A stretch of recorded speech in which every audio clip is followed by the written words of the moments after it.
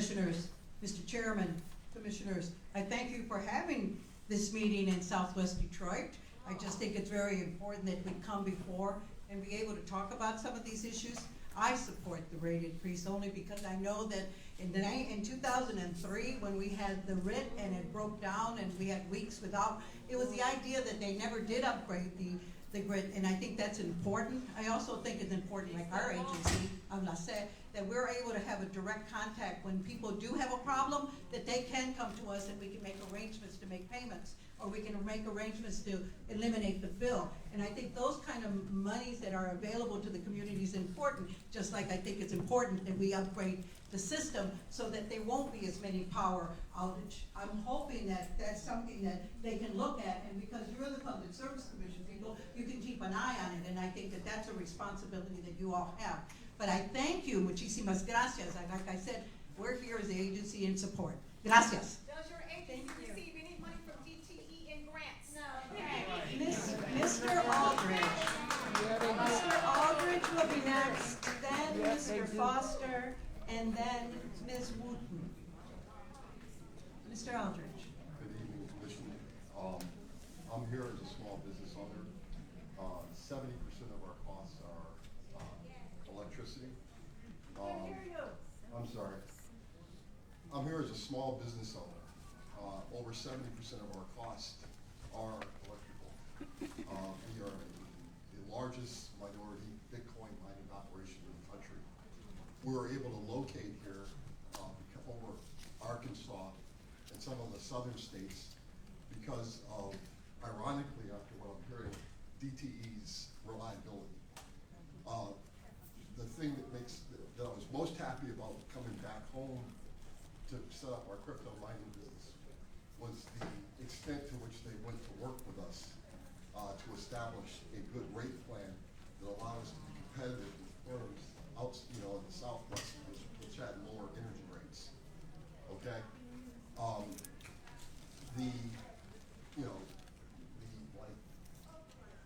we hired 15 people because they were able to give us a reasonable rate, right? And these people are all making at least $20 an hour.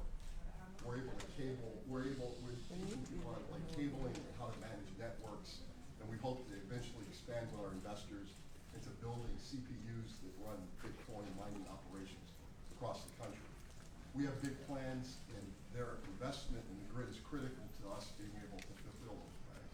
So from that perspective, I'm actually ironically supportive of the rate increase, even though it's going to increase our cost of doing business almost 20%. Thank you. Thank you, Mr. Aldridge. Mr. Foster. Let's let Mr. Foster speak, please.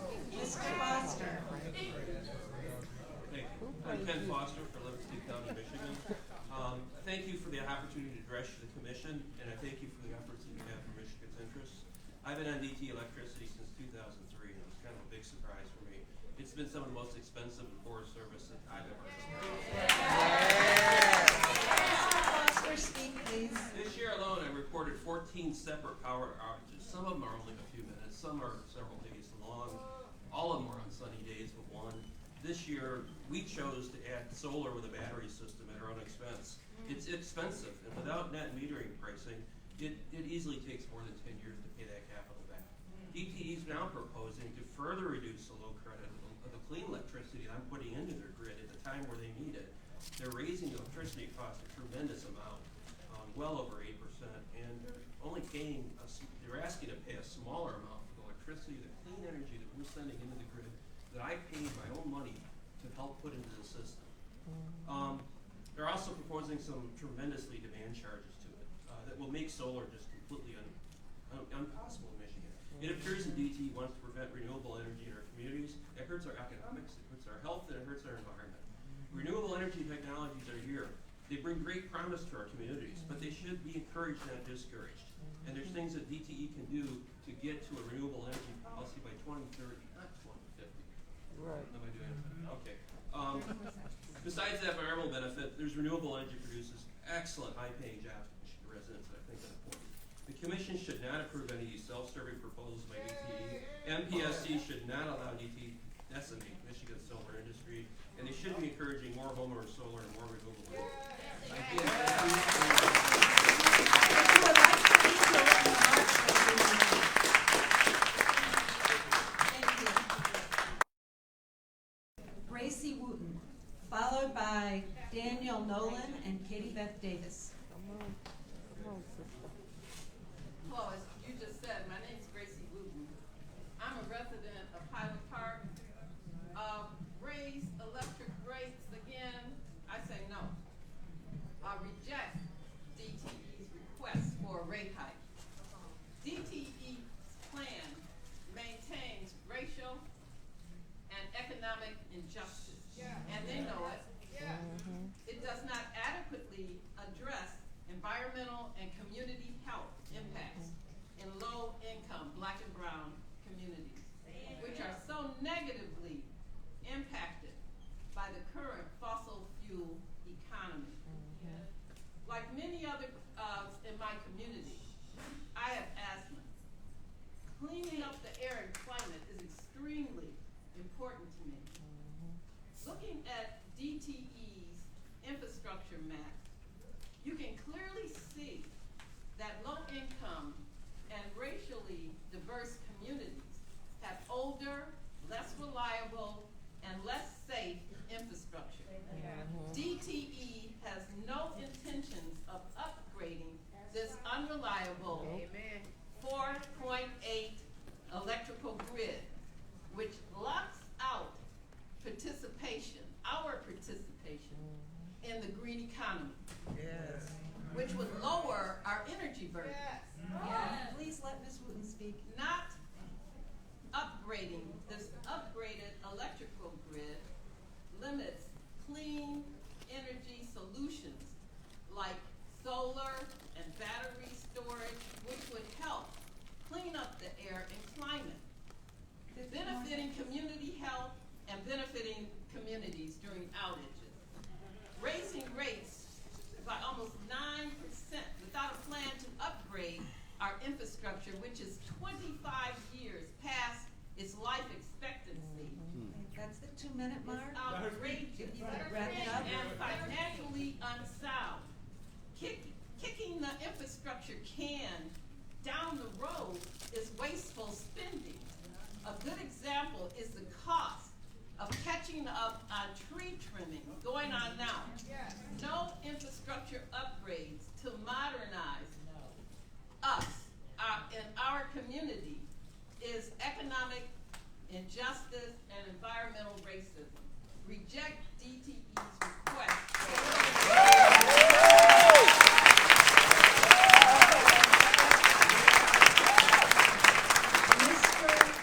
Mr. Nolan. Daniel Nolan. And then Katie Beth Davis.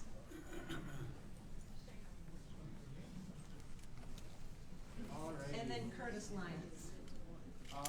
Actually, can everyone hear me from here? Yeah. I don't have anything to say to the commission, sorry, respectfully. I really want to be here to speak to you. Okay, I'm sorry. This is the court okay. reporter can't take it down. You just, That's fine. Well, fine. I'll do it into the microphone. thank you. We all know, all the issues with DTE, the racial issues, the environmental issues. Honestly, the rate hike thing, that's great, asking to stop that. But honestly, a monopoly should not control our energy.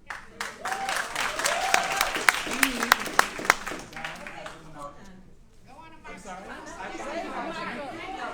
Excuse the interruption. The court reporter's having a hard time hearing you, so if you could just face If you forward. could paraphrase this, that DTE needs to be taken down as a monopoly. Because that's basically what we're getting to, okay?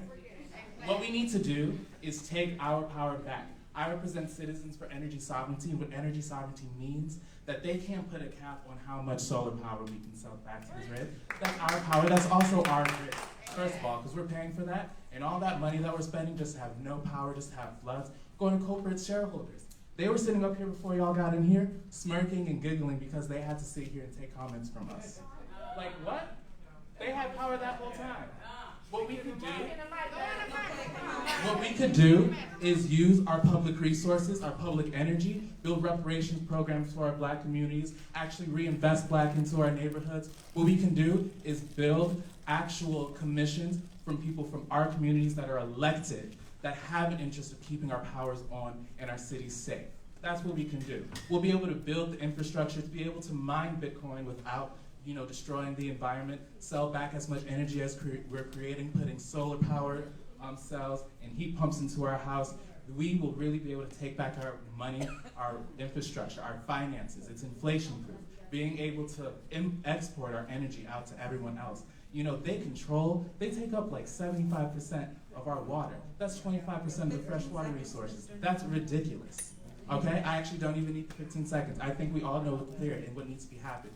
Ask all your representatives, Democrat or Republican, to stop taking money from consumers' energy and DTE. Take down the monopoly, okay?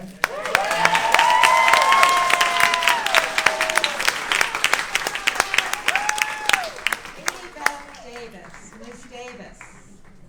And I know our court reporter is struggling, so if you could limit the background noise and speak as loudly as possible. I think the room is getting crowded and people are having a hard time hearing. We like it like that. All right.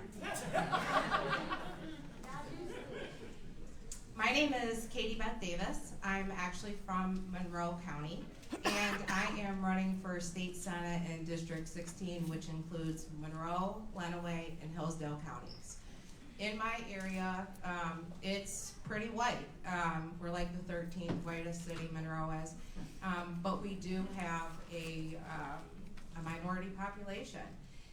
But DTE doesn't not just care about minorities, it just don't care about anybody.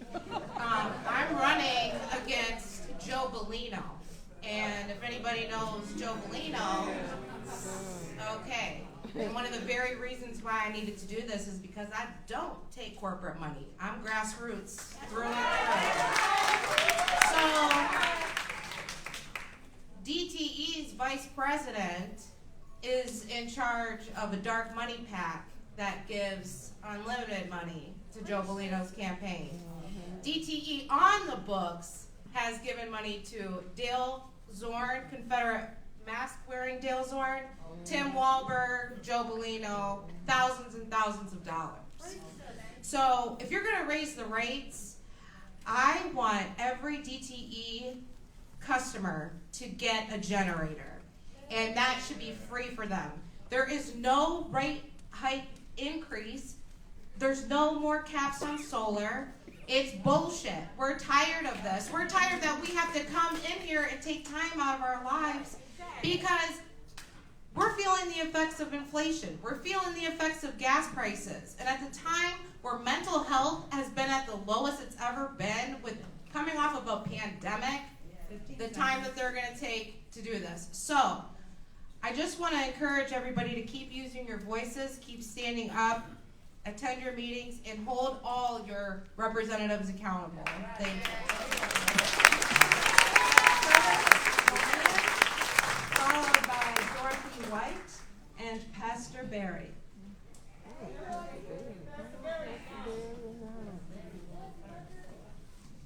Good evening to the commission. My name is Curtis Lyons. I'm a member of Emerging Justice, nonprofit organization here in Michigan. And my day job, I'm a financial advisor. I specialize in helping clients retire, and investing money, what have you. So what I do? Slow down just a little bit so the court reporter can get Sure a thing. Sure thing. Right, I was going to say it fast, but it's okay. I'll slow it down for you. So, working as a financial advisor, I definitely understand shareholders and stocks and things of that nature. And I can tell you that DTE stock is up 10% for the year, as opposed to the market being down 20% for the year. So what we're understanding is that the main purpose of a corporation is to maximize the wealth of their shareholder. It's not even about providing energy in DTE's case. It's not, they don't even care. It's about making their owners richer, and whatever that takes, whatever cost-cutting measures. If that means slacking on the grid to maximize profits, they'll do what they have to do. So what I ask the commission is as you all consider this rate hike, take that into consideration for us. That most of us. What do we have DTE shareholders in the room? Show hands. I don't think so. Right. So what I mean by that is that we're not the ones benefiting from these cost-cutting measures, okay, or these price hikes to quote unquote, address the grid. Okay, when I say cost-cutting, I mean as far as you raise prices to say you're going to do this benefit, but many people have already stated they're not seeing the benefit of that. Okay, so I just think it's important, and this is something we just request to you all, is definitely consider what we're looking at here. We're looking at a company that is that's shareholders that their stock price is going up in a time where our economy is in a recession, and at a time where we're coming through a pandemic and all of these things, and yet so they're still making money. So we don't, they don't need the money. They don't need the price hike in order to benefit on what they say is going to benefit. So I'd just like for you all, just basic, request. Say no. Thank you.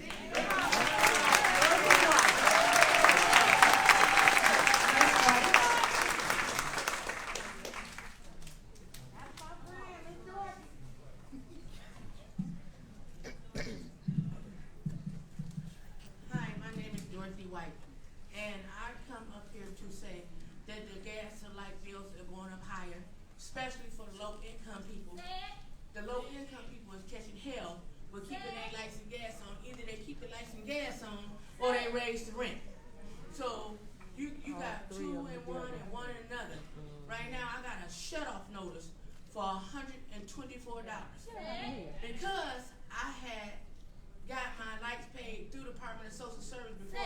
They refused to pay my light bill again. So now I got to run around here and hustle on trying to keep my lights on for $124. And I just don't think it's fair for anybody to have to pay them high light bills. My mom's staying at home. She by herself. She's bedridden. Her light bill is $500 and something. $500 and something, and she's on a low budget income too. It just don't make no sense. And we just got to put our foot down, our mouths open, and just let them know that we're just not going to take it anymore. Thank you.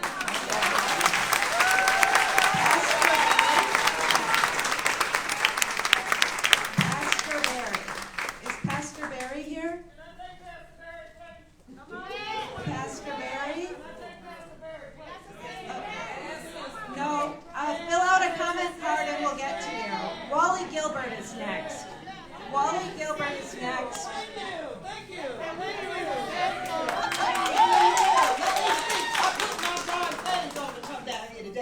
No, Because I cannot tolerate what's going on in our community. please. Y'all put a slap in our face when it comes to our rate. And y'all turn our alley lights out. Y'all don't trim our trees right. The storm come along and knock our powers out. So what do? You Wait a week to get it turned back on. how long we stay out with our refrigerator and our food is getting spoiled? 3 days. Okay? So how long do we get reimbursed? $25? Okay. You know how much inflation costs? Don't say okay. Don't say okay to us.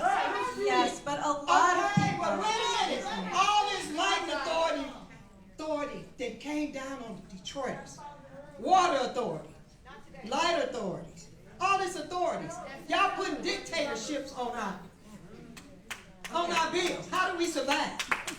How do we survive with all the dictatorships? Great Lakes Water Authority, Lighting Authority. Come on, give me a break.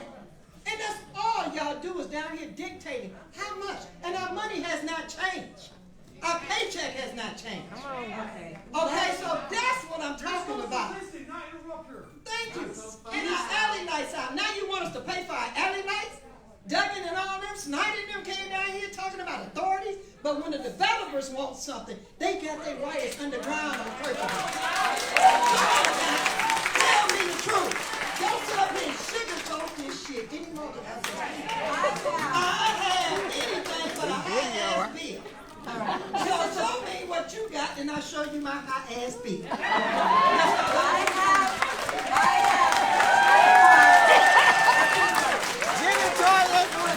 Go ahead, Toya. Go ahead, Toya. My We're sister trying to get as many from the neighborhood. We have to be out of this room at 9 o'clock. So we want to hear from you, but the reason we're trying to go in order is to respect the folks who put in comment cards in the order that they put it in. She's a member of Pastor Barry's church. And let me remind everybody that you may all file written comments, and there are spaces on these cards. Wally Gilbert is next.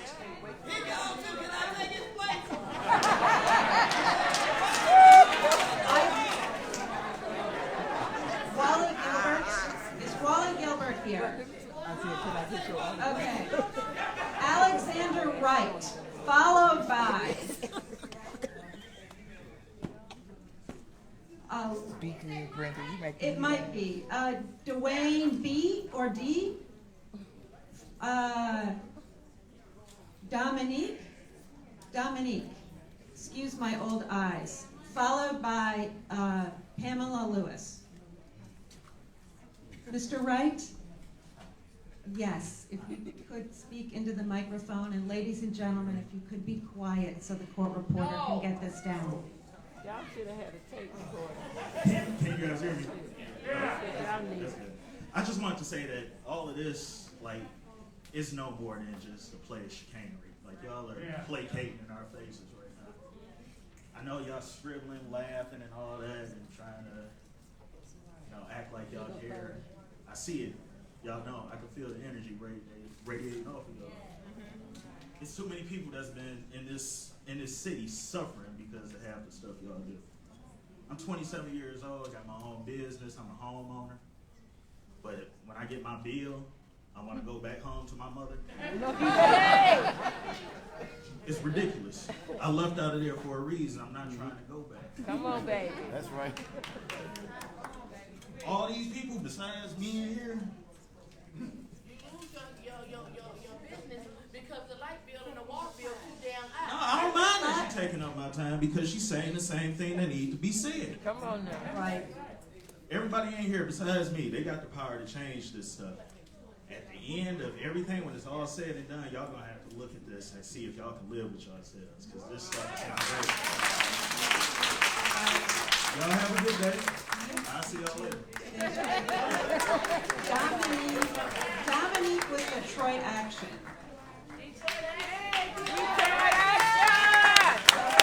Quiet, please.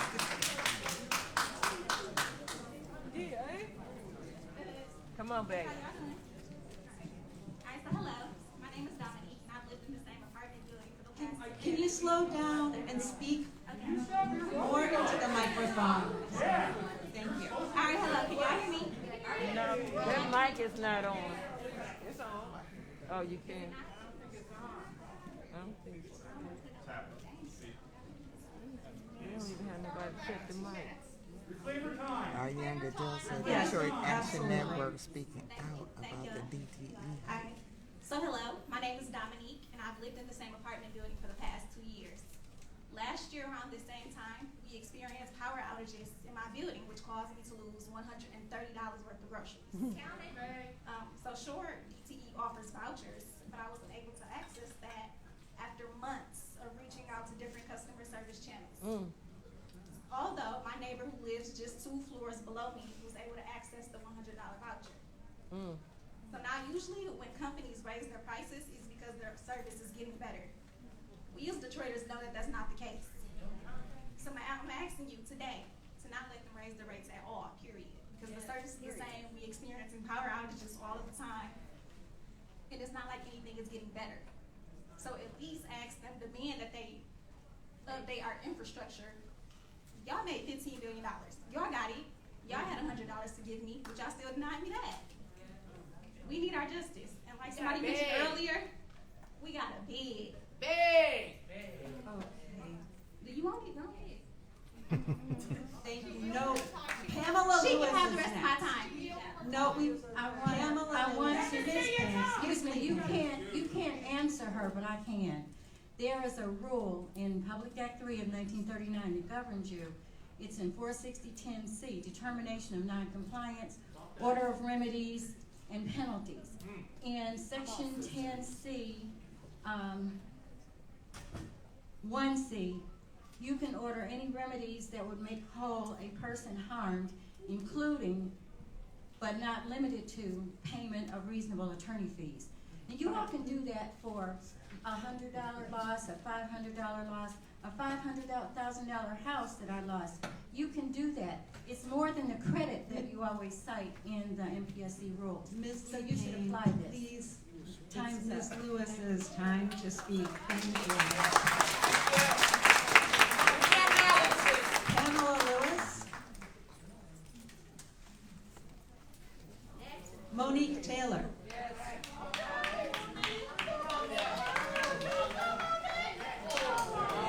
And after Ms. Taylor, Dee Robinson and Catherine Leonard. Thank you all. Yeah, as she stated, I'm Monique Taylor, and I am a Detroit champion for hope. I come and I speak for myself and my family.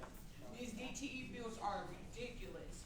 We are trying to make sure our kids have what they need every single day, and by paying these bills, and then we have to go to other organizations to get our bills paid. That is not fair. We should never have to go outside to an entity to help us pay our bills. We can't even pay bus fare to get here, which is $2. So please do not raise our bills. Yes. Do not raise our bills.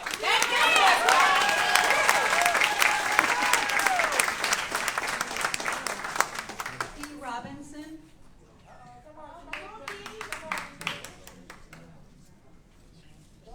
Followed by Ms. Catherine Leonard. Ms. Robinson.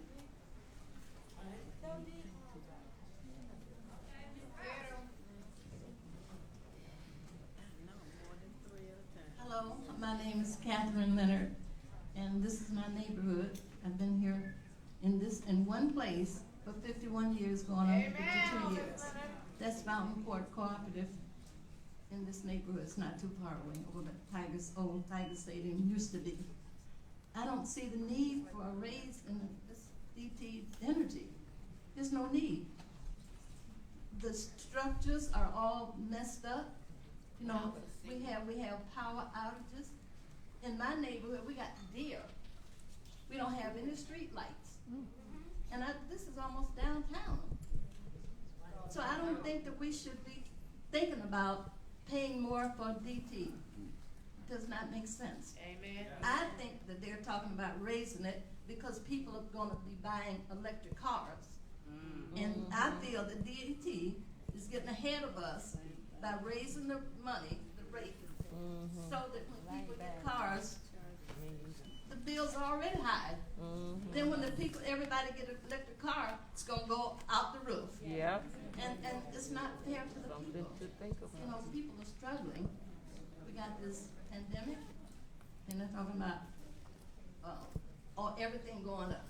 Everything. Groceries too high, gas is out of sight. You know, and people don't need this added bill. Thank you. Thank you, Ms. Leonard. Amy Bobian and Frank, then followed by Frank Zaski and Rosalia Flint.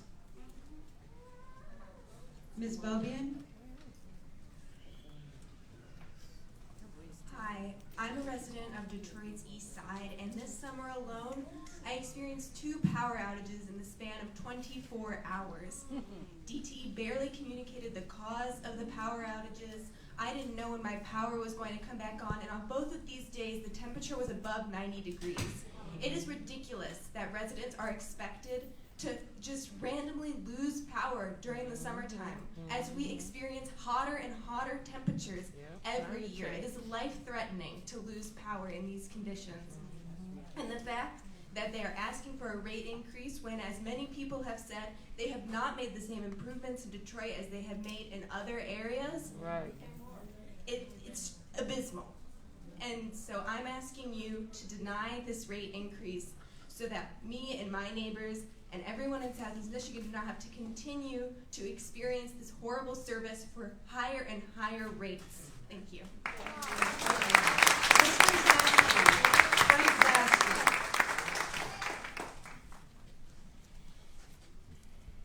Thank you for being here at a special meeting. I'm a DTE ratepayer, a stockholder, and a retired market research professional.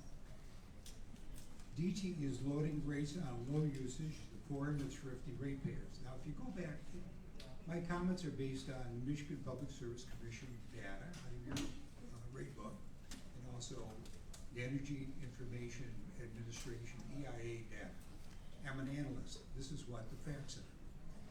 If you go back 15 years, and even 30 years, the rates between industrial and residential were not too different. Residential was higher, industrial was lower.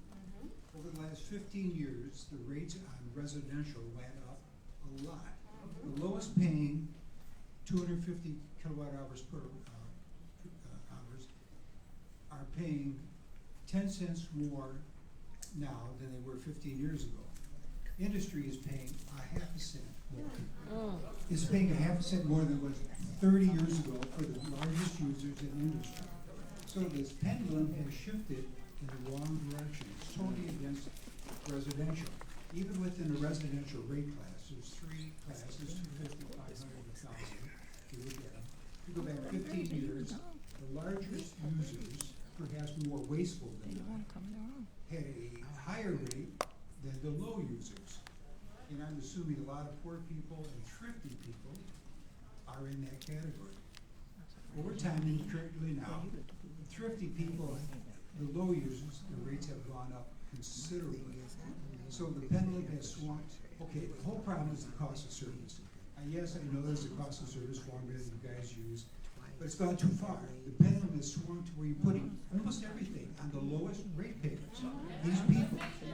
Okay, in the EIA and the relationship between Michigan and the rest of our industrial and residential rates, if you go and look at the statistics, there's only one state, New York, that has a higher or poorer, more onerous relationship between big industry and residential.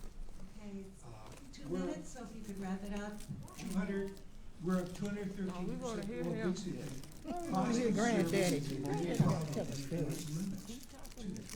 And the idea that it'll save jobs or create jobs is gone too far with the big lobbyists. Thank you.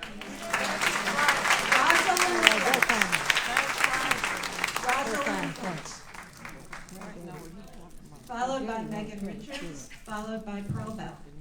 First of all, thank you. Thanks for allowing me to speak on behalf of myself as a resident. My name is Rosalind Plant, and I want to thank the previous speaker for giving us that data. I first started off, I said I was going to talk about, me being a senior citizen, that I'm on fixed income, the fact that we had just trying to get out of this pandemic, that the food prices is ridiculous, the gas prices are ridiculous, all of that. I even was going to talk about the fact that how the energy pack is spending so much money putting funds into the politicians' pockets so that they can have these committees and so they can have a reason, DTE, to increase the prices. But no one backing the residents. Then I even thought about, well, maybe I should talk about my household. I call it the Flint Cave, because we have to walk around in the dark all the time due to the fact that, please turn that light off over there. Please turn that light. Who got this television on? It's ridiculous. I have to live like I'm in a third world country somewhere. And then on top of that, as I feel that once and only because I'm on this budget plan, you know that budget plan that puts you on, once the duration is over, you owe $2,000-3,000. There you go. All of this is unacceptable. And this is what I'm trying to figure out. Because it's an annotated system that they are using. Why isn't it that, I'm pretty sure it's not why, because I'm pretty sure that DTE will get the bulk of this $430 billion infrastructure, and you come to us to raise it anyway? That's unacceptable. Thank you, Ms. Megan Richards. Oh, them great to send us some money down here. All right, let's let Ms. Richards speak. If you can, when you're ready. Good evening. My name is Megan Richards. I'm with Mothering Justice. It's a pro-woman, pro-mother, pro-woman of color nonprofit advocacy organization. single mother. I've lived in Detroit my entire life. I'm a homeowner here also. And I have 3 children. Fall and winter is coming, and this possible increase, it has me terribly concerned. Our bills are doubling and literally tripling sometimes, depending on our usage or the time of the year. And gas is a natural resource. So how and why should DTE decide to not only monopolize this and charge us top dollar for the resource? It should be a public service company. That's my personal opinion. We should pay just enough to run the company and pay the wages of the employees. Why does the CEO need to make $11 billion on our backs? Why? With the $300,000 bonus. The bonus coming from us while we suffer. You heard everybody in here. Everybody in this city is suffering because of that in some way or another. Even if they just pay the bill and don't think about it, it's still coming off their bottom line. With inflation, wages not reflecting the inflation, it's ridiculous. So, lastly, I would like to know, what kind of year did DTE have where they need to increase the rates again? Like, was $15 billion not enough? Was $15 billion not enough? So I'm asking that you deny this rate increase and let DTE figure it out from inside. Take that $15 billion, rearrange it somehow, but don't take it out of our pockets.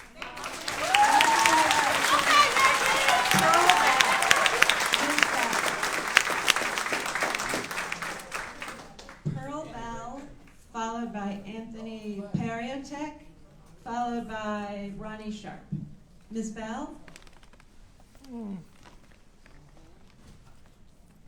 She ain't here, I'll take her place.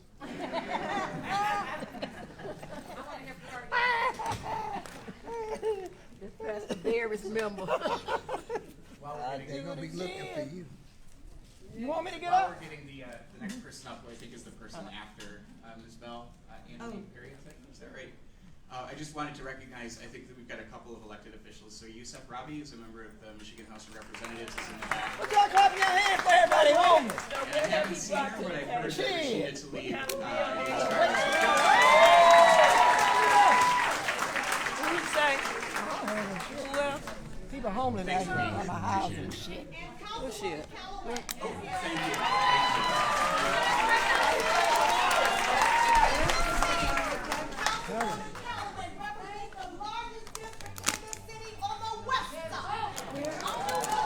Where is Mr. Periatek?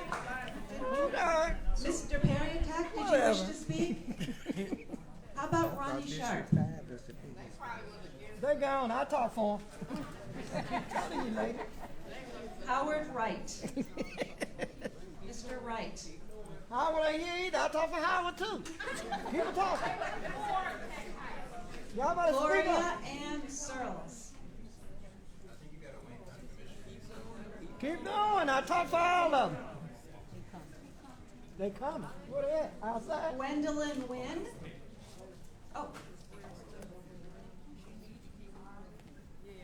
I'll talk for them. I never said I'm shit. I'm here to represent me, myself, and I. There you go, girl. And the people in the 482 East Side area. Say it again. Gwendolyn Wynn. Can y'all hear me? We can hear you speak. Okay, I'm on a fixed income like everybody else. I'm retired. Okay, but not everybody qualify for assistance on Earl budget plan.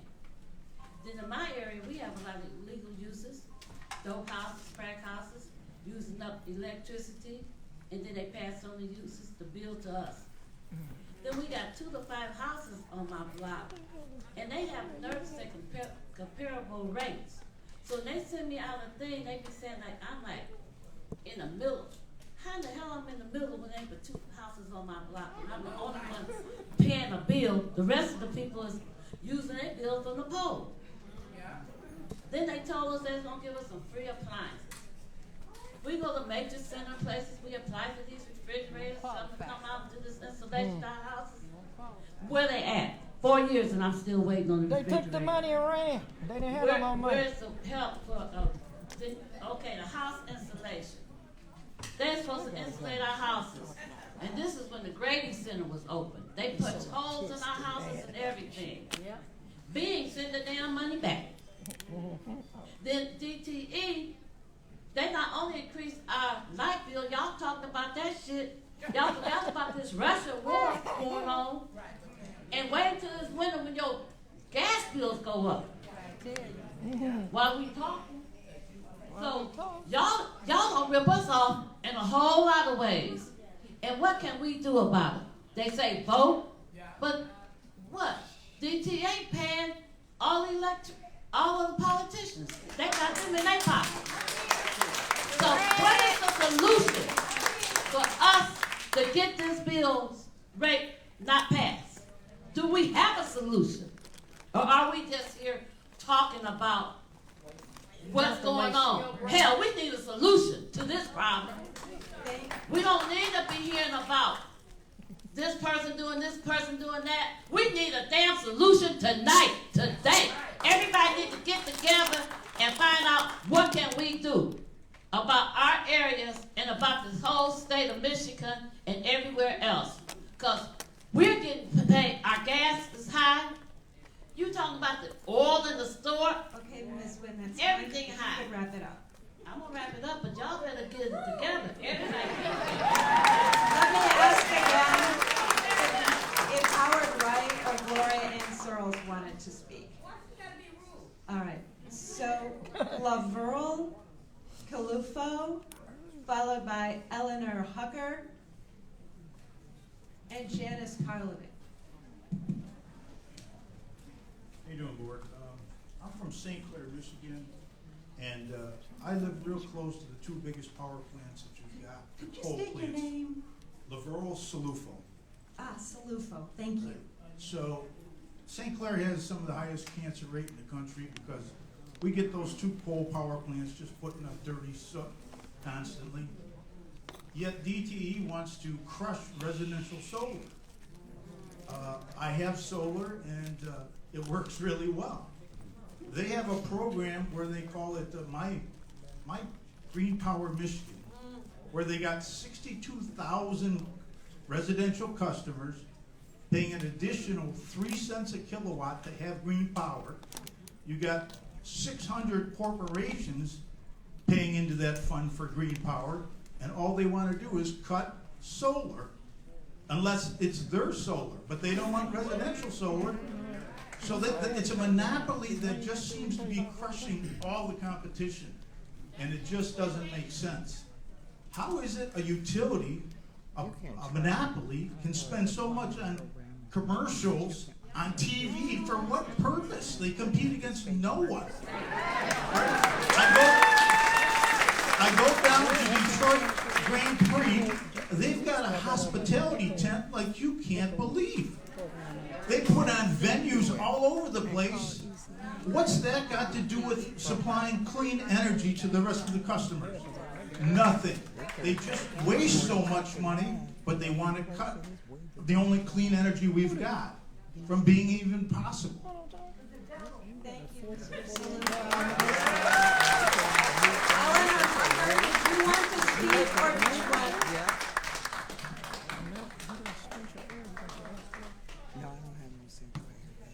Chairman Scripps, members of the commission, I am Eleanor Hucker, a DTE customer in Ortonville since 1994. I appreciate this opportunity to voice my position on DTE's proposed increased residential solar fee. I have two wonderful granddaughters who just this past week celebrated their 1st and 12th birthdays. The gravity of climate change and the catastrophic consequence of not taking significant, swift action to mitigate its impact on humanity is inescapable news. Regardless of one's thoughts on climate change, renewable energy use just makes sense. My husband and I came to this meeting in Juice, my orange Bolt EV that we own and have been driving since 2017. After this meeting, we will go home and plug Juice in her charger connected to our 14 kilowatt rooftop home solar system installed in 2015. We are doing our part to be green in our energy use. Our family investments and choices benefit DTE directly in two ways. Instead of relying on DTE during peak demand hours, our system generates the power to meet our electricity needs. Enrolled in DTE's Bring Your Own Charger program, charging juice at night allows DTE the advantage of load shifting. Unfortunately, DTE's proposed new solar fee will not support its current customers that have made the investment in rooftop solar or encourage further customers to invest in renewable energy. DTE's proposed solar fees will penalize its residential customers in direct opposition to the goal of doing the right thing by investing in green energy use at home. If this commission works against our goal to be green and allows DTE's new fees, it is only a matter of time before we must ask the federal government to step in with green energy mandates that tell you what to do. Is this what you want? On behalf of all grandchildren, I ask you to reject DTE's proposed solar fees that penalize. Instead, please enact regulations that require DTE to encourage and support its residential customers' efforts to be green in our energy use. Thank you for your time and consideration. Next is followed by Congresswoman Tlaib, followed by Dave Strensky. Hi, my name is Janice Karlovich. I'm a resident of Eastern County, about 45 minutes from here. My husband and I put rooftop solar in earlier this year because we got tired of the outages and unreliable service and the rising costs that were coming every month in our DTE bill. I'm here asking that you will reject the increases by DTE and all other proposals that would discourage residential solar. Not only is it not fair to the residents that live in Detroit who have even worse service than what we do, it's also unfair to people who have made the commitment to invest in their own solar.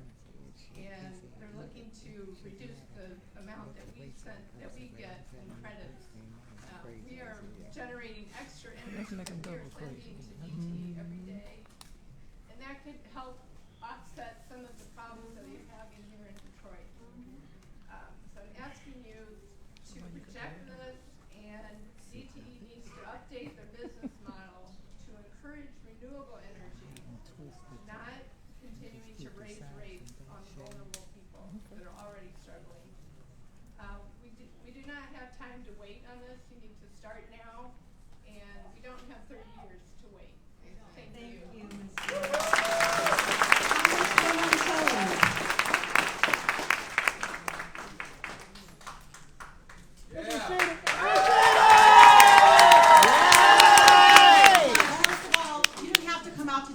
Maybe you should have, thank you though. No, it's important because this is the hardest hit communities when it comes to corporate greed. I want to remind you of your mission. I know you all know, and Dan, you and I have known each other for a while, but I'm going to remind you all because I hope this is in front of you as you make this decision. I cannot tell you to reject or not legally, but I can tell you what my residents are feeling. But this is your mission. The Michigan Public Service Commission is to serve the public by ensuring safe, reliable, accessible energy and telecommunications services at reasonable rates. Now I want to tell you all, you know what's outrageous and what should be the biggest outrage for all of you as members of the commission? In 2020, during the worst of the pandemic, DTE shut off power to customers more than 80,000 times. I have been at the other end when I'm in tears with my residents and can't get them help. Even though we fight so hard on the federal level to get LIHEAP, we fight so hard, and guess what? It goes right to DTE, and they still do not make those rates reasonable. While during this time in 2020, they took $268 million of CARES Federal Act money. $268 million. And they still, 80 times more, I'm telling you, shutting off people. Do you know, during that time, you all need to know as commissioners, they paid out $807 million to shareholders. DTE is lucky. They're lucky there ain't more of me in Congress because I would be asking for our money back. Between 2014 and 2019, DTE shut off more than 1.2 million times. Put that in front of you next to the mission statement. You have the public's support. You serve us, the public. Just remember that because the corporations will always put the shareholders first. You are our buffer to that. And it is too hard for our residents right now. And I'm begging you, please, make this decision in the best interest of the public. And then these rates are not reasonable. You have to understand we have the most unreliable grid in the country, and they'll continue to blame us and the trees. But they will not blame their decisions of putting corporate profit and greed before the public's needs.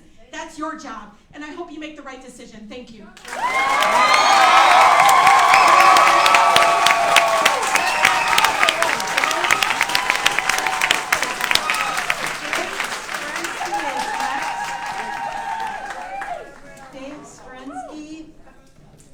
Followed by...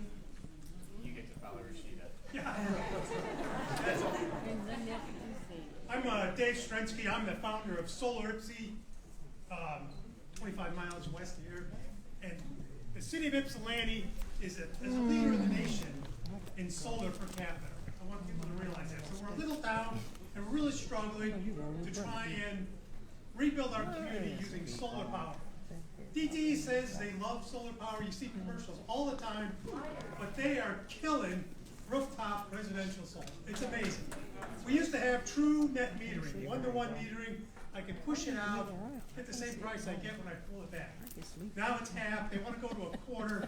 What's even crazier is now I can't even quote a system because trying to figure out when someone uses power is even harder. Oh, I lost my words. You ready to go? Yeah, so on a hot summer day, DTE buys power from Ohio for like 80 cents a kilowatt hour. If I had solar power, I could sell it to them for 15 cents a kilowatt hour and give them free delivery. That's what people got to realize, is that when I have excess power, or somebody has excess solar power, it doesn't go back to the power plant, it goes to your neighbor and reduces the overall load on the grid. It's distributed power, which helps the grid, doesn't hurt the grid. And then recently, DTE's now starting to charge more for afternoon power, right, from 3 to 7. They're going to raise the rates for that power, If they would instead invest in west-facing solar power, we could generate the extra power we need during that part of the curve, of the power curve. And lastly, solar is great for affordable housing. Low-income people, you know, if I put solar on a low-income person's house, it's equivalent to me giving them $50 a month for the next 30 years. That, you know, forget the environment. That's the best reason to have solar on somebody's house, to lower people's operating costs, to lower their expenses, and let them stay in their houses. Yeah. Oh, no. Thank You got something to say? You want to go just bust. Oh, I got it.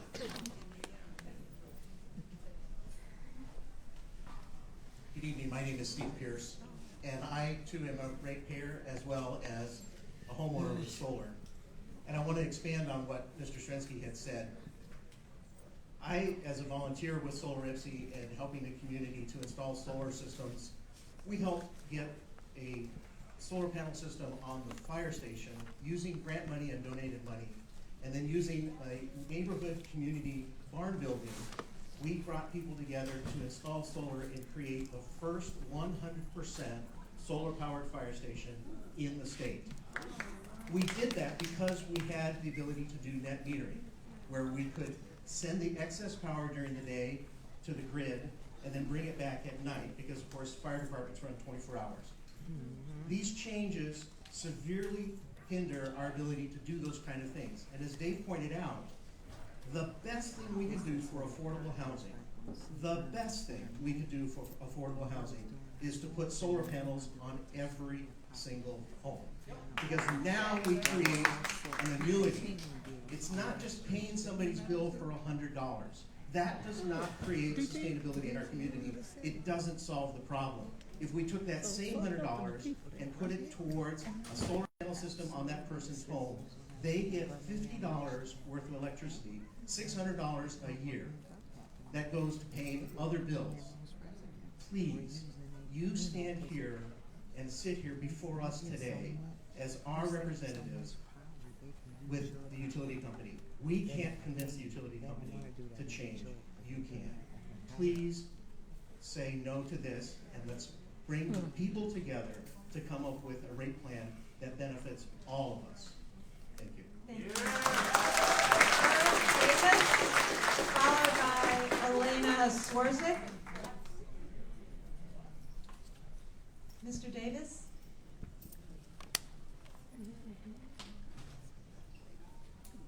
Ms. Swarzik?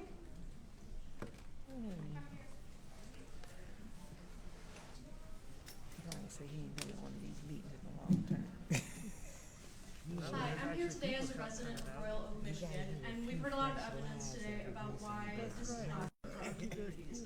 And I think that you all already know that evidence. And you can sense the anger in this room and the sadness in this room because this affects us so deeply and so personally.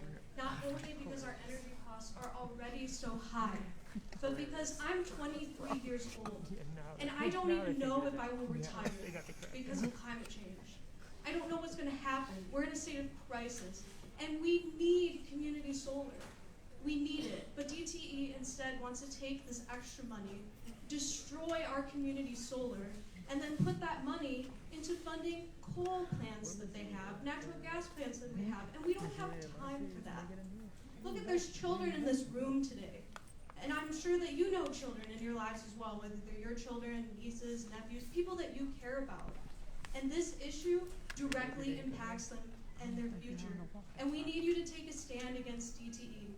And we need you to protect our future, because this has never been more important for the crisis of affordability and the crisis of our future. So I implore you to take the right step towards all of our futures and stop DTE from taking these measures against us. Thank you. Thank you. Yes, I've been told we've got a couple more elected officials here. State Representative Lori Pohutsky, I believe, is somewhere, maybe just out back. Oh, there you are. And then I also understand there's a Wayne County Commissioner, but I didn't catch their name. Jonathan. Sorry, thank you, sir.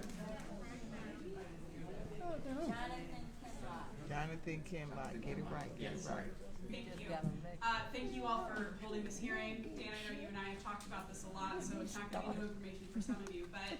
But last year, I had some constituents reach out because they had experienced multiple power outages in Livonia. It was all from the same area, as best I could tell.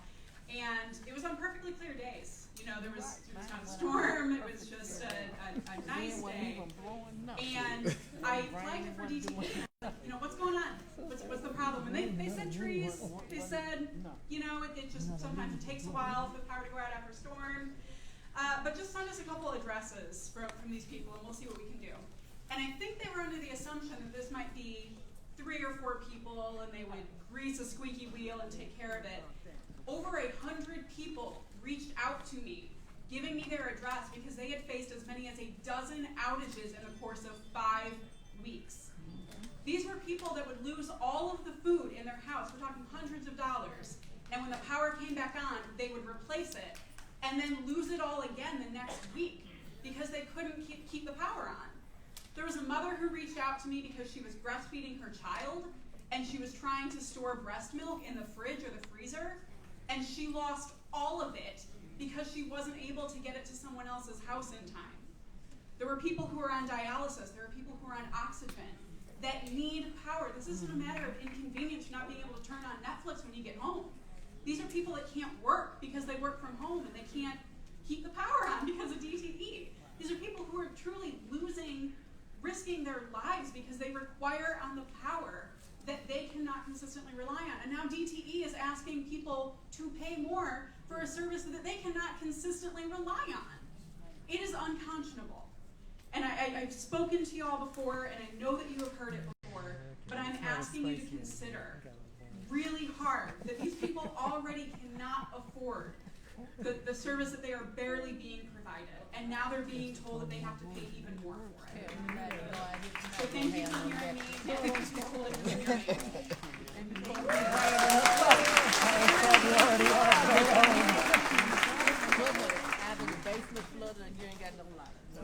Don't mention that. Don't even talk about that.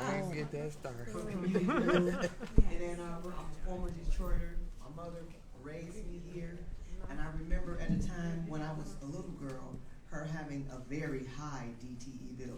It was Detroit Edison then at that time, before they decided to merge the bills with the gas company and the gas cost recovery rate. So they get a chance to sneak in on us and stick us too. But back to this. What I want to say is I do advocacy work for a lot of seniors, along with another senior. And then we also do advocacy work here, this is my partner, with small children, parents, mothers. I have started an organization called Love Ourselves First, African American Women Incorporated. Our other organization is Come Unity Move. We just did a program for the kids so they can be provided with school supplies and the things that they need. But the most important part of this is the reason why we do it is because people cannot afford those kinds of things because DTE is digging so hard and deep into their pockets. It's always a choice between the extra groceries that you might have to pay or pay that shut-off notice. And even if you pay on it, they don't want to leave it on because they want all of the money. There are people with $3,000, $2,000 light bills, and they let those people slide. People with $100 bills, they are ready to shut it off immediately, and they don't care if you don't have any food. We have sporadic power outages all the time where we live in Ann Arbor now. And then what happens?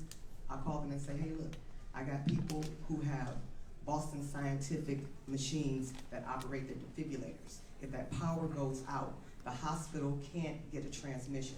Is there a form that we can fill out so that they can recoup some of their money? Can we retroactively get some of that money back? Because that bill still has to be paid.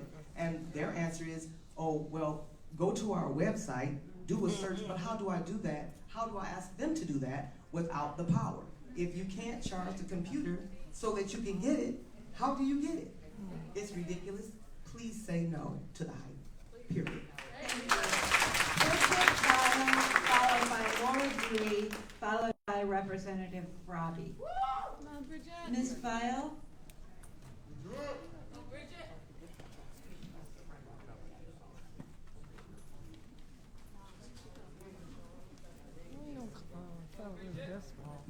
Hi, my name is Bridget Byron from the Michigan Environmental Justice Coalition, and I'm here to ask you to reject DTE's rate hike. I also want to go further and ask you to deliver a rate decrease. Could you slow down a bit, please, so the court reporter can get that? Yeah, so I want to go further and ask you to deliver a rate decrease to require DTE to decrease rates and to make whole families who have been impacted by shutoffs and debt sales since at least the beginning of the pandemic. So everyone here, we're all familiar with corporations taking advantage of families, right? Corporations effectively vacuuming income out of households and funneling it to CEOs and wealthy investors and to politicians and to some of the largest hedge funds in the world. So that's not special, right? Families are dealing with that on all sides. But what's special about DTE is that their profits are guaranteed by the state, right? By regulators and legislators on a business model that is completely obsolete. So the entire energy system needs to be converted to renewable energy, and they're invested up the line in fossil fuels and pipelines, so they don't want to do that, right? And they're arguing, part of their argument is that higher rates of profit mean that they can finance infrastructure at lower rates, and that's just not true. Public utilities can borrow at way lower rates, right? Another thing that's special about DTE, they're better at getting away with it than utilities in other states. DTE was listed in the Hall of Shame during the pandemic for taking $286 million in federal relief money. They shut off 80,000 families. They sold off debt to people to let them get harassed by debt collectors, and they paid out shareholders hundreds of millions of dollars. And I want to remind you there are 3 people in this room who met with 2 of you on the commission at the time, and we begged you to declare a moratorium, and you refused. And so, yeah, I think what people in the DTE service territory deserve is more than just 0 rate increase. We actually need to see rates go back down. We need to see shareholders finance the improvements to the grid, and we need to see families made whole who have been abused by the system. Thank you. Thank you, Ms. Laura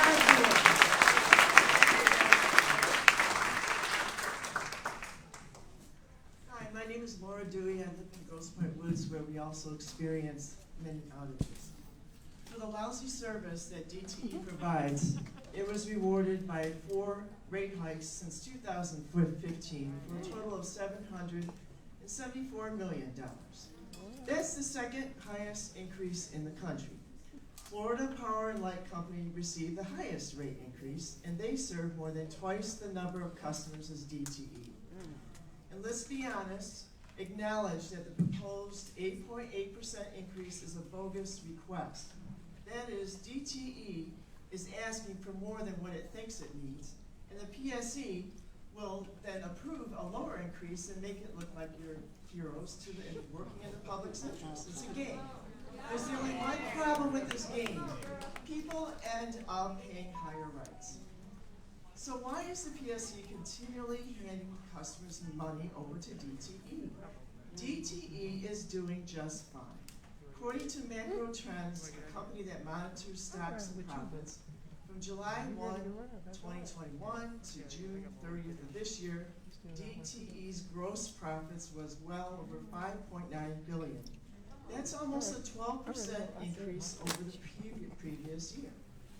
Now, DTE wants an extra $388 million to modernize the energy grid. I have an idea. Let DTE cut into their profits by $388 million. Please. Now, here is how DTE is spending some of its profits. Over the past 4 years, they have spent $8 million bribing politicians directly, or spending dark money on organizations that promote their views in Lansing, or direct lobbying. How many solar panels do they have bought? At $15,000 per installation, which is a price I got 6 years ago and can't afford, that's 526 homes that could have solar. Why is DTE bribing politicians? To stop renewable energy in its tracks. Since 2008, Michigan has had a 1% cap on distributed energy production. That means only 1% of energy can come from solar panels on the roofs of homes and businesses. DTE is unwilling to improve the infrastructure. It's unwilling to stop burning coal and natural gas, and it keeps polluting in black and brown neighborhoods. The PCE should not reward DTE for bad behavior. And if it, you know what, we should make DTE we have a lot of people.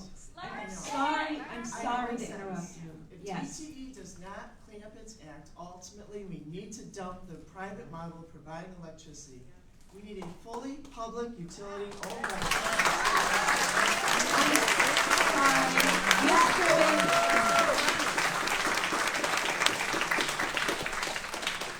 Ms. Dewey, just for the court reporter, could you please repeat that last sentence?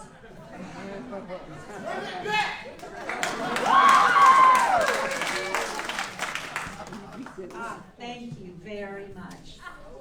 Representative Rabi.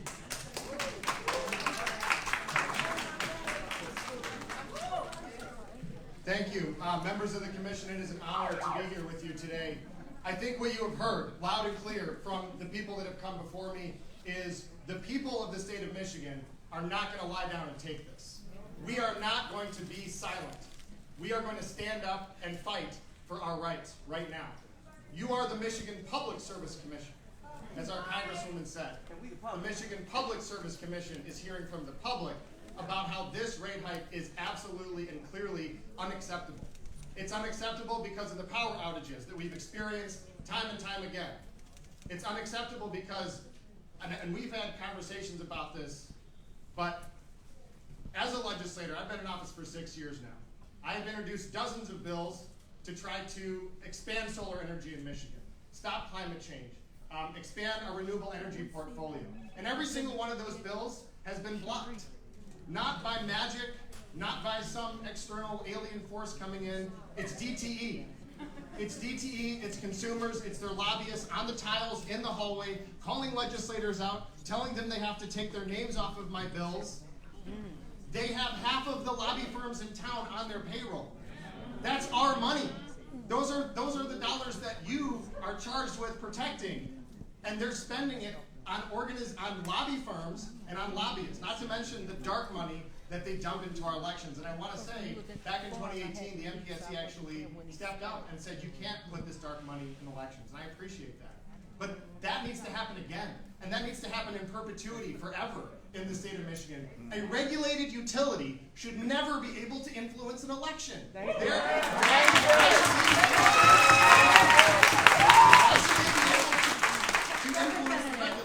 Representative, could you repeat that with the noise down so the court reporter can get that? I basically said, why should a regulated utility in Michigan be able to influence the outcome of an election?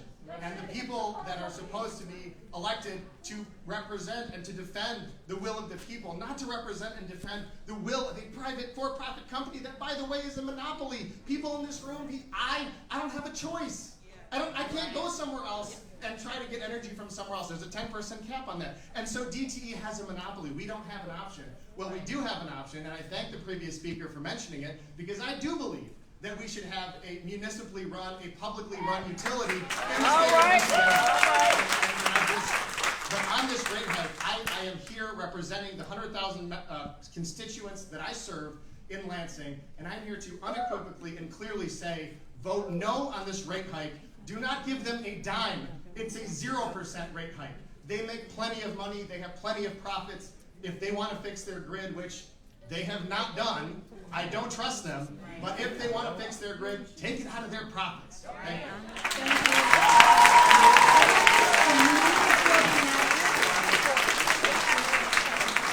Janice Means will be next, followed by Keith Pear, followed by John Conyers III.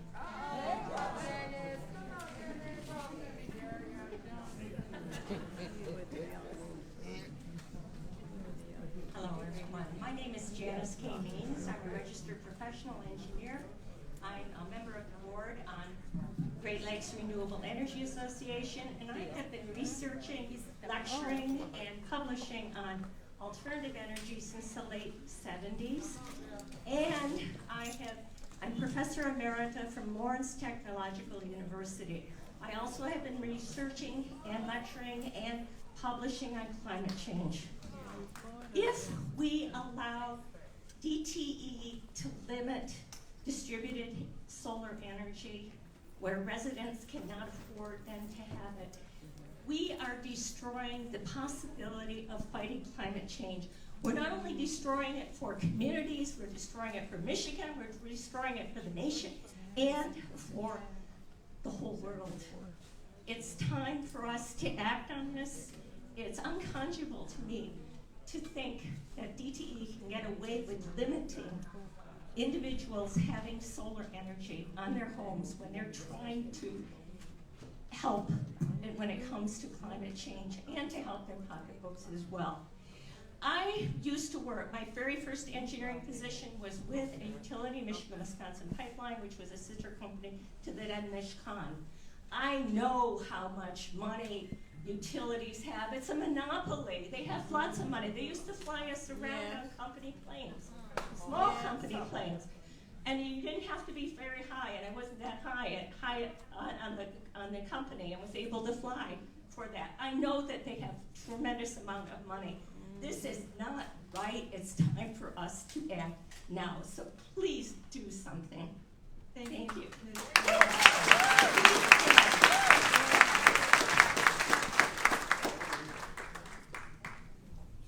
Mr. Pear?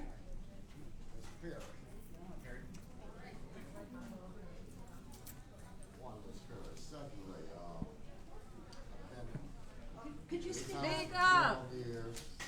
Could you speak up so the people can hear you and so the court reporter can hear you? I guess I can. Anyway, I've been in the same house for 12 years, and I'm in Northwest Detroit, south of Cooley High, a block. I'm on the east side of Terry, and for 10 of the 12 years, I've had a power outage. On my side of the street, not on the west side of the street. They want to increase for what? I've been there 12 years, they haven't done a blessed thing. The same thing happens almost every year. And they're asking you, if anything, the last increase should be rescinded. And this is really just a farce. But I had to come here and say something. I'm gonna feel better when I get the rate increase. Remember you guys.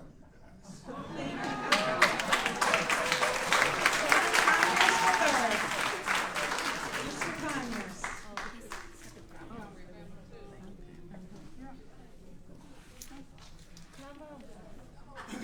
I don't have much more to add than what has already been said, but I thought it was important that I go on the record and say that it is unconscionable that DTE would even think or consider raising rates when the service is less than adequate. Yeah. Detroiters pay the most in taxes and get the least public services. Amen. And now the monopoly that is DTE wants to raise rates for completely inferior services. Profits cannot continue to come before people. I implore you all to vote no on raising rates.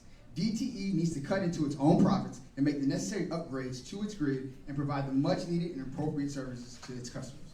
Thank you. John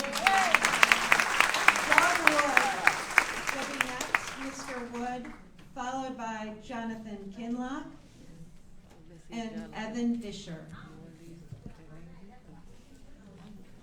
Yes, I am from Monroe County, and about 12 years ago, a company... Mr. Wood? Yes, that's who I am. About 12 years ago, a company came in and they wanted to mine frac sand in my community, south of the Marathon Refinery, 12 miles. So my community really didn't know what kind of nightmare we were in for with fracking. I see the commercials from DTE, and you know, that's just greenwashing, you know, and it really upsets me because I know a lot about climate. I've kind of educated myself in the last 12 years of, you know, of what's going on in the planet, basically. And I'm really concerned that we have a, you know, infrastructure, everything's failing. I mean, it's around the planet, right? I mean, your families, our families, and if DTE wants a rate hike, make them be a good company. Give them something if they're a good company. You know, in my community, they wanted to put 3 different frac sand mines, just like in Wisconsin, hundreds of these things around communities. And people are breathing silica dust. I know because I live right next door. I can see right in the quarry. They took 5 months to build a giant pile of dirt so I couldn't see into the plant. I put all these videos out, 400,000 videos on TikTok, showing the dust in the air. So, you know, with no air monitoring. In the state, the Eagle sucks. Eagle is a piece of garbage. That's what Eagle is. Yeah. They're not protecting no one. But you know the kindest people there's been to me is in Southwest Detroit. I was on the air council, and the women activists in Southwest Detroit have been great to me, kind and treated me great. And Rashida Tlaib, I met Rashida, and Teresa Landrum is the greatest person. She's been treated me so kind. Yeah. Thank you, Mr. Wood. Commissioner Kinlock.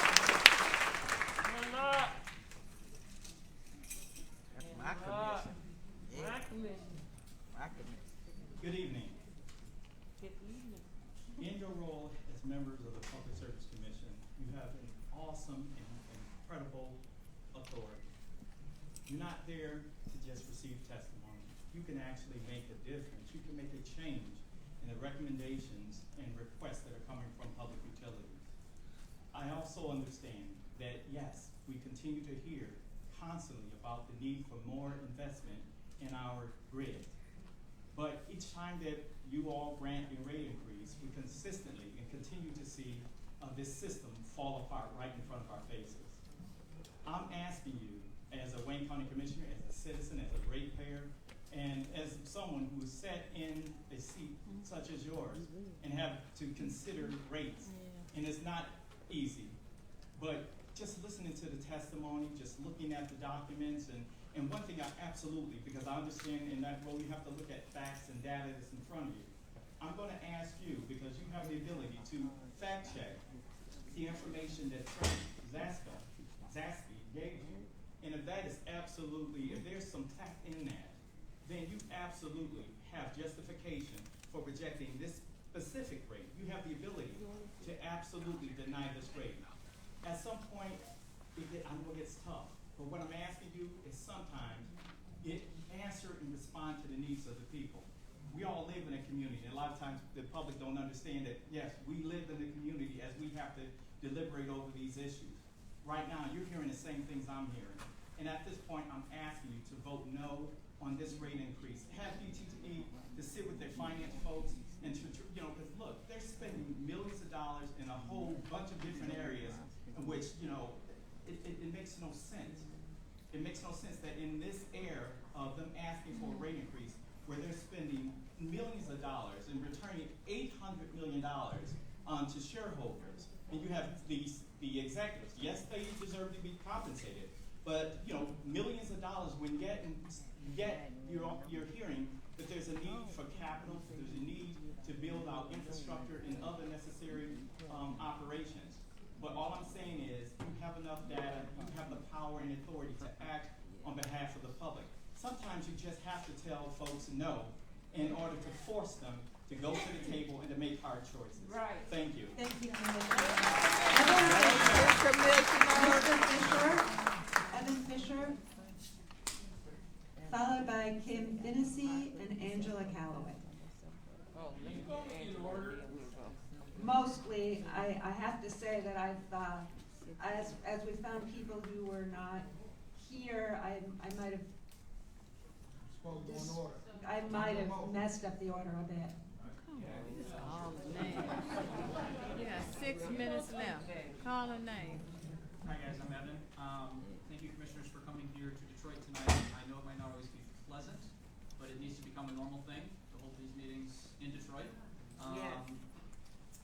I don't know too much about your backgrounds, but I imagine that you generally don't have to worry about not being able to pay your electricity bills.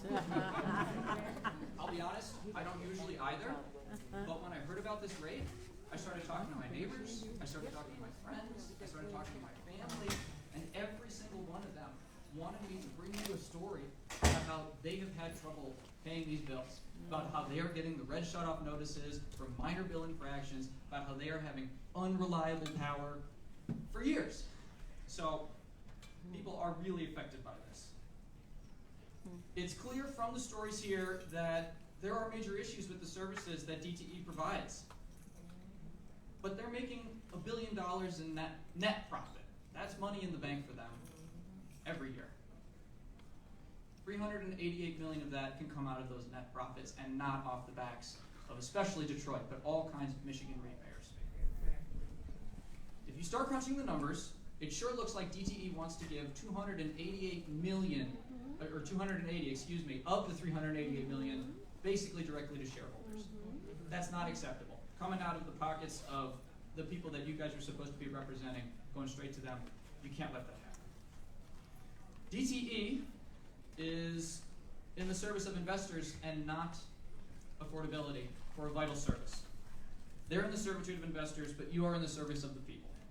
Please, you need to reject this request. And a shout out to Marshall Mitchum, never missed a payment, 58 years in Detroit, and he's getting rewarded by his rates going up now.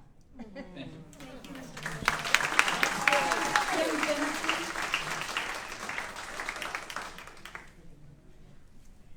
Kim Finnessy, if I have that right.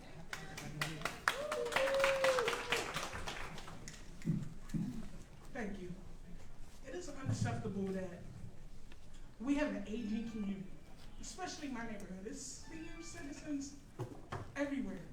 It doesn't make sense that they have to spend 34%, probably more than that, just on energy. They have to decide whether to eat or have lights, to store their diabetic medicine, to have dialysis in the comfort of their own home. And if you're sitting there and all of a sudden a rolling brownout comes out for no reason at all, or you're working on something important and all of a sudden in the middle of the day it just goes out. This is unacceptable. We're paying the highest rates for the worst service. This does not make any sense whatsoever. An old lady should not, on my block, should not have to eat cat food because she got to pay her energy bill. Thank you, Ms. Finnessy. Ms. Calloway. Followed by in the house. Good evening. I am an elected official. I am Detroit City Councilwoman,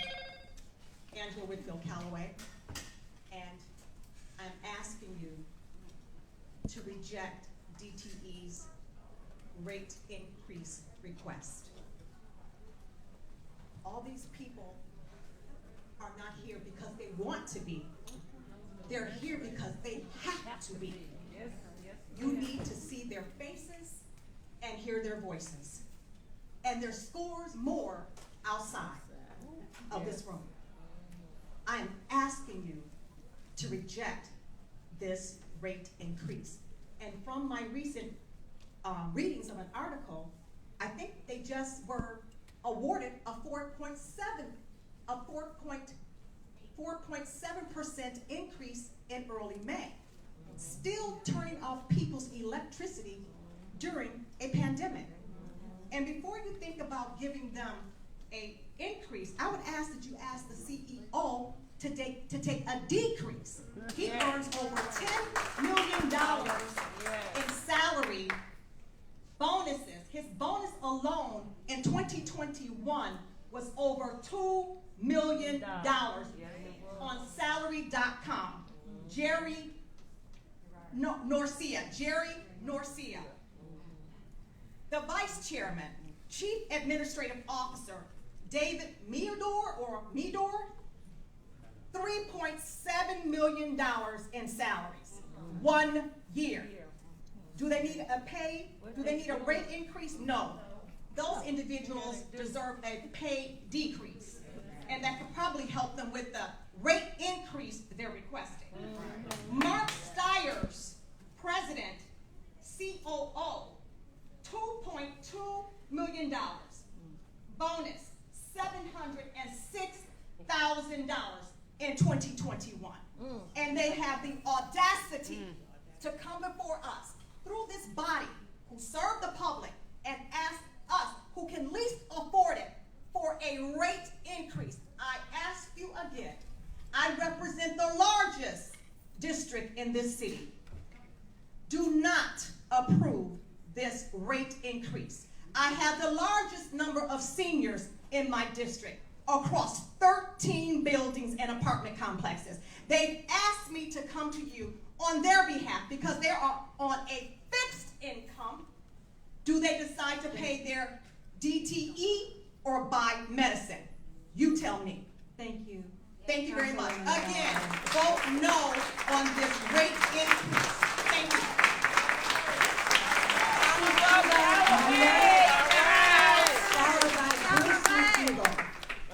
Suchita Monday, followed by Bruce McDougall. I'll see you.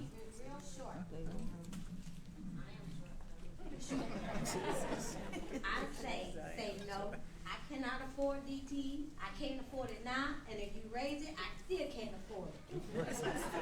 I unplug everything, and I still cannot afford it. And then they said, well, to get on a program, I'm using too much energy. I said, y'all not coming out to read my meter, so how could you say what I'm using? I unplug everything. Only thing not unplugged is my refrigerator and my oxygen machine. Everything else gets unplugged at night. I can't afford it. My daughter cannot afford it. Nobody in here can afford it. And if they can't, help me out. Because I need help. I'm going to keep this short. My grandson said, I want to work for DTE because everybody always paying DTE.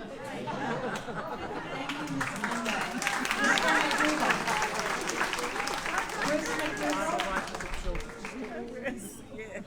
Out of the mouth of babes. Followed by Ben DeBosme. That is so cute. Hi, my name is Bruce McDougall. I live in Dearborn. I'm here because I think this is all a game that DT is playing. I think what's really happening is in this 600 and something page thing of legislation is something hidden that they don't want competition against them. I'm a proponent of community solar. I'd rather have the city and my solar, the solar I have to sell to them because I got no other place to put it, the community for free. At that price, at the prices they're going to be asking, I'm switching it off. I'm not going to let, I own the house next door to me.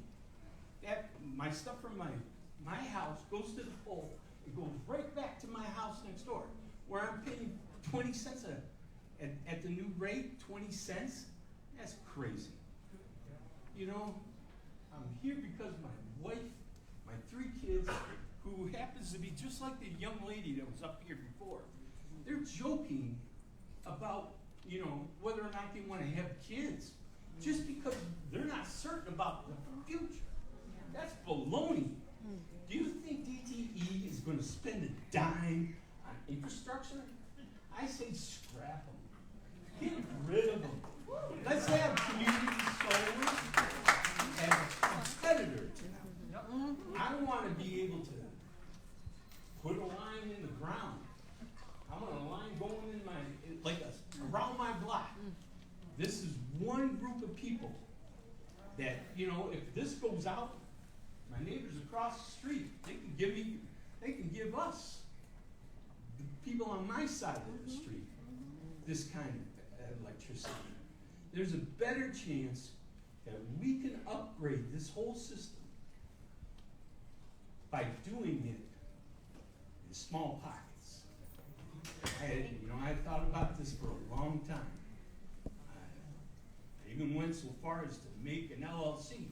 And I was thinking, you know, maybe you gotta go against businesses. I'd sell every person in this room a share of stock for $25. You know, just because you guys would own it. Thank you. If they could, they'd buy the sun.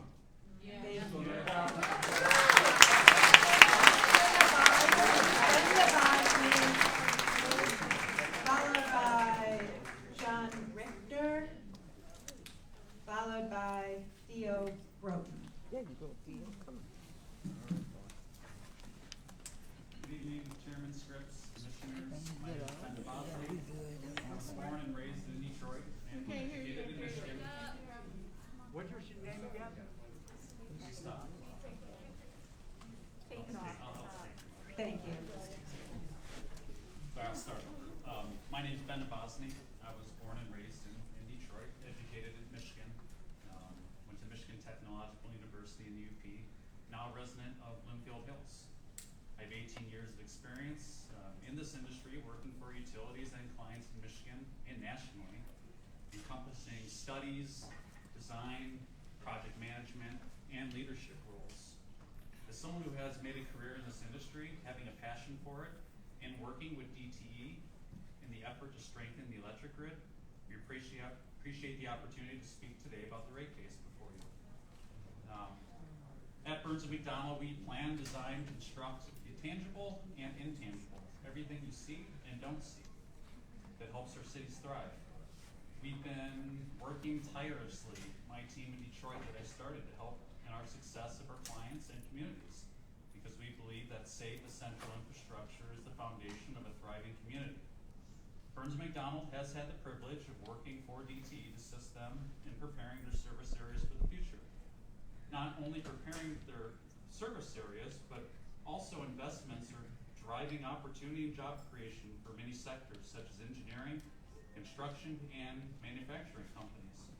I started Burns & McDonnell in Detroit about 5 years ago, and we are about 55 people right now, and we're just getting started. One of the best parts of my job is being able to give back to the community. I think my favorite part was resume building and mock interviews in the Detroit public school system pre-pandemic. These opportunities have been brought about by companies like DTE. So investment in the grid not only improves infrastructure to ensure redundancy, reliability, resiliency, but it also invests in communities and businesses that support good paying jobs. Since coming to Michigan, Burns & McDonnell has hired locally, recruited from local schools, participated in community development. Can you wrap it up, Mr. Nabosny? Sure, including STEM, and we've given grants. So thank you, Chairman and Commission, for allowing me to share my perspective. Thank you very much. Mr. Richter.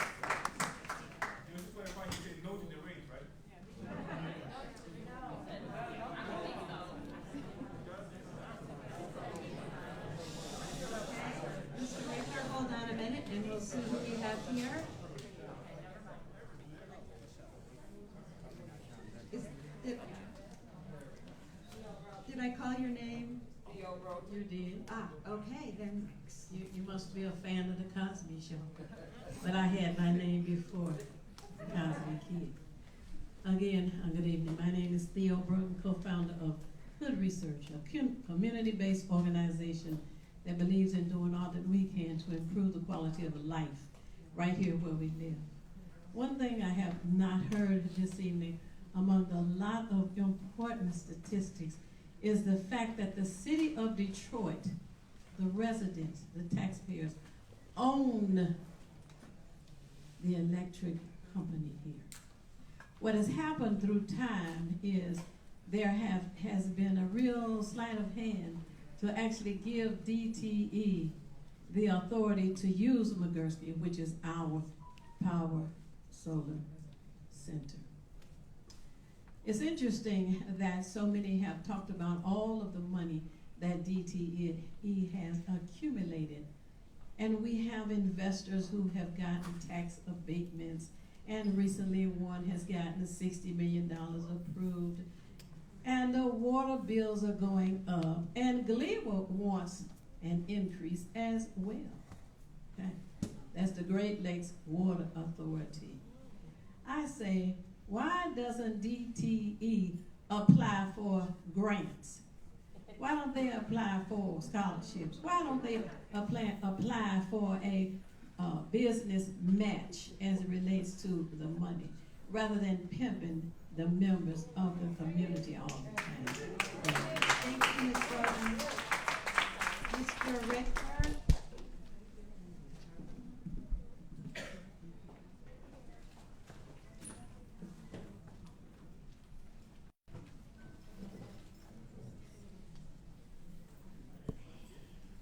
Good evening. My name is John Richter, and I'm speaking on behalf of the Great Lakes Renewable Energy Association. I will be addressing DTE's egregious proposals for the distributed generation program. As you're well aware, regulated utilities earn a profit based primarily on their rate base. They can make more profit if they invest more capital in their generation and distribution systems, but customer solar reduces the load on both of these systems, reducing the need for utility investment. It is therefore not surprising that the utilities are hostile to customer-owned solar. Governor Whitmer's Healthy Climate Program asked for, and I quote, more favorable conditions for customer-sited, behind-the-meter distributed energy resources like rooftop solar. It also asked for innovative rate design to incent behaviors that advance clean energy goals. Michigan's electric utilities have not and will not do that. Only you can. DTE has made 3 DG proposals. One would slash the outflow credit, and another would force solar customers onto a radical demand charge rate sheet. The third is DTE's offer to increase the cap on distributed generation if and only if the first 2 are granted. This is a Hobson's choice. Customer solar is rendered uneconomical either by accepting their proposal, slashing the credit, or by rejecting it and allowing the DG program to hit its cap, because DTE's Rider 14 is not a viable alternative. But there's a third way. Because the DG program is capped, we need a successor tariff for solar customers based on its rate-making authority and the authority to determine avoided costs for purpose qualified facilities under federal law. The MPSC should create a rider which allows solar customers to sell their excess energy to the utility at an equitable rate and not subject to the cap on distributed generation. Okay, Mr. Richter, thank you. I can take your comments and have those placed in the e-docket for this. Thank you. Thank you. Anna Parada, followed by Eric Shelley, followed by Maria Mata. Mr. Herb, excuse me, Ms. Herb. She said she screwed up the Ah.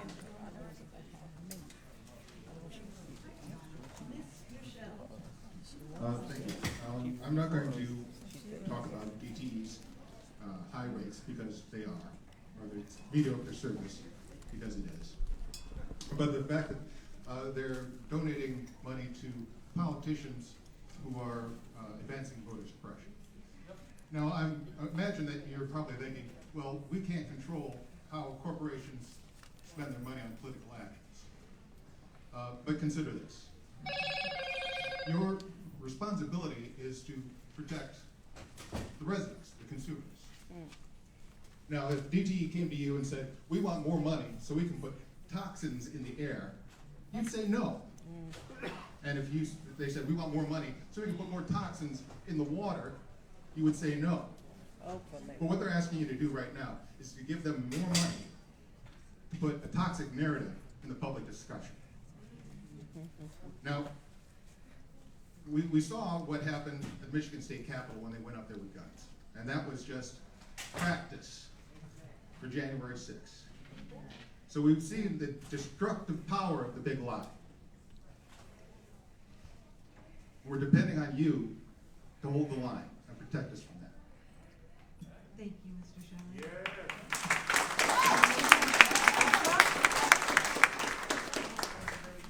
Ms. Mata?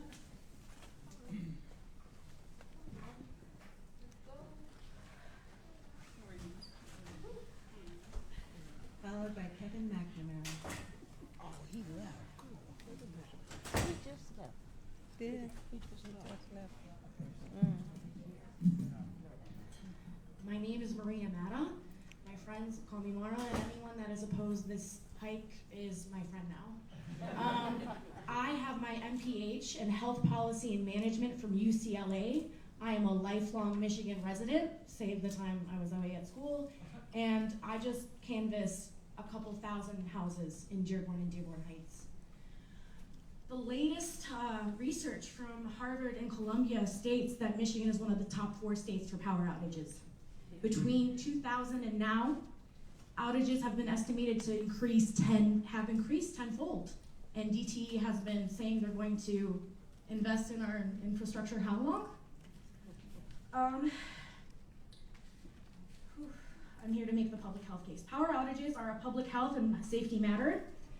Research shows that power outages mean increased car crashes, interrupted communication between emergency services. It means a deterrence in clean water delivery and waste removal.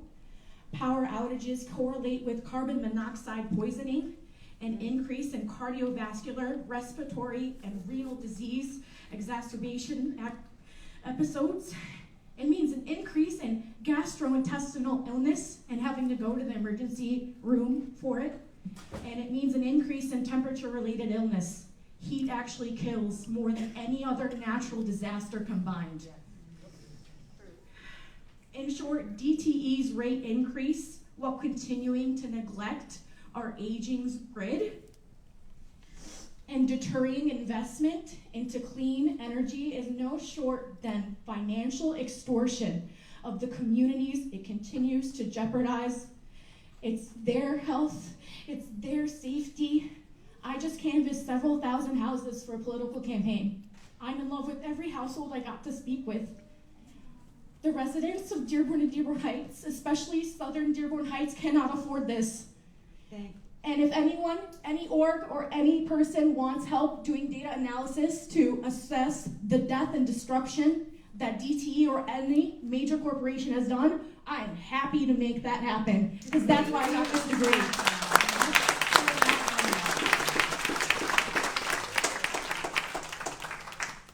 Mr. McNamara? Kevin McNamara? He just left. Do you want to... Hey, you. gender. Oh, say that.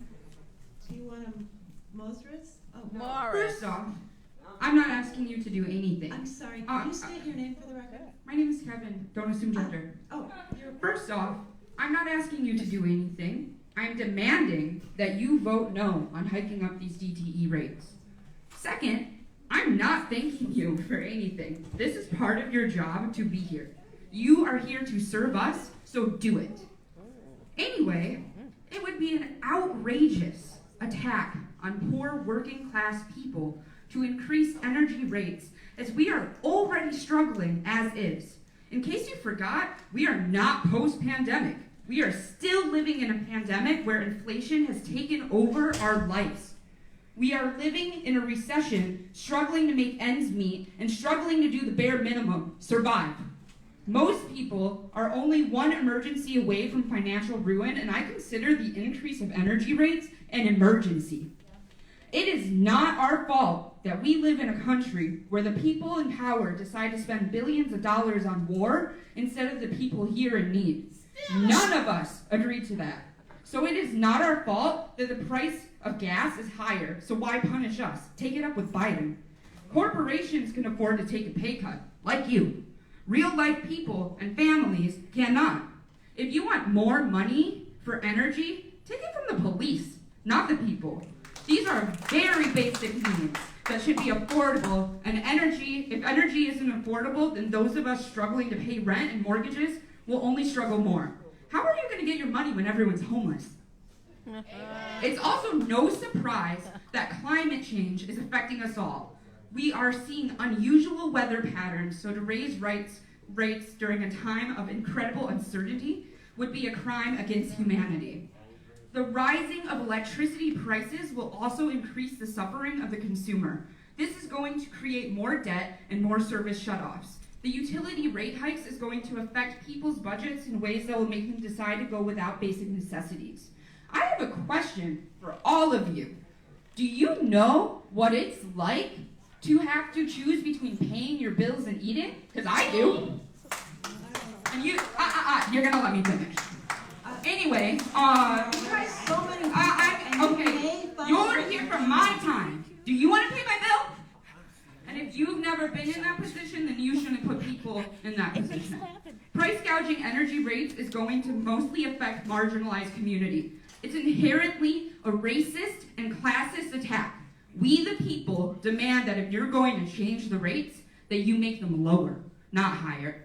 And if you do raise them, do not underestimate the power of the people to organize a strike where the masses stop paying the bills altogether, whether we or not we can afford it. And by the way, my name is Sammy Lewis.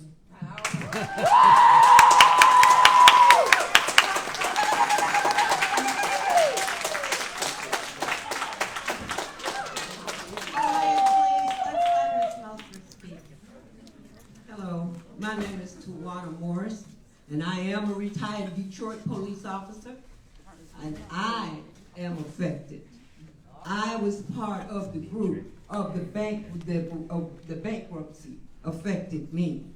A lot of young people, and I'm happy to say, are starting off their jobs in the police department making more money than what I retired with. I applaud them. But please, remember us retirees. We don't get Social Security. We get a pension, and our pension was hijacked. So I'm not going to delay your time, but dealing with DTE infrastructure, they, in their works, please have somebody do a check and balance. These new infrastructures, I live in the Aviation District, District 7, and part of Barton McFarland Neighborhood Association. And just as active as I was when I was working, I am as active in our community. And I see the pains and sorrows that is happening in our community. Please, say no to the tax. Thank you, Ms. Morris. Rebecca Cheatham, followed by Aaron Kansing, followed by Taylor Barrow. Rebecca Cheatham, are you here?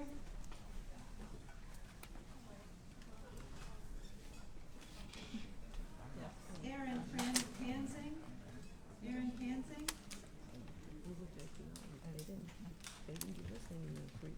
Taylor Barrow?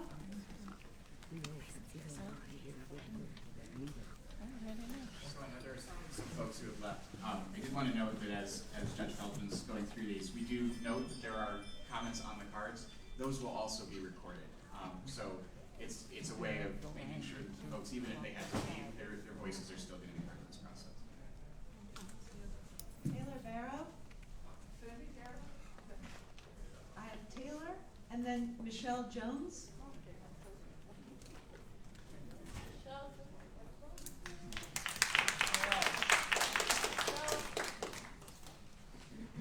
Chairman and Commissioners, thank you for your time to come down to Detroit and give us this first public hearing. Let me say that. I'll make mine real brief, because I can talk, okay? So I'm gonna get right to the point. If DTE receives this rate hike and our bills go up 8.8%, that will mean another almost $500 a year out of my budget. I can't afford it. I live with my daughter and my granddaughter in a very old home that is not completely energy efficient. She is now in the process of debating that she wants to stay in the home because the energy cost is so high. No one should have to give up their dream home because they're looking at, hey, my DTE bill is more than my rent. We can afford another $500 a year. The fact that there were 208,000 shutoffs between April of 2020 and December of 2021 makes it clear that DTE, this monopoly, could care less about those who have no choice for their energy provider. DTE is creating an atmosphere, a generational poverty, because I'm looking at, I have 8 children that are grown and have their own home, and they're saying to me, Mom, this is ridiculous. I got my DTE bill, I can hardly pay it.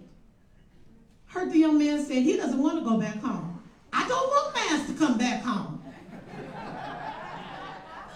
I want them to have a life and enjoy their life. I don't want to see them struggle the way me and my husband struggled for 25 years to raise them in a home where the lights was off at any time, where when we couldn't pay the bill in the wintertime, most people don't know this, but we heated water on the stove to keep the house barely warm. DTE has made enough profit off of the back of regular people. They have become millionaires out of our pockets. Please say no to the rate hike. Thank you.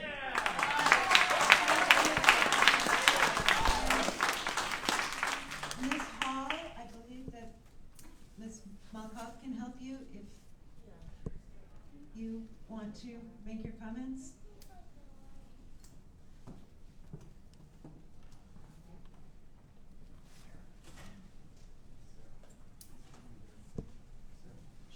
Should I take Mr. Bates? Oh, no, here we go.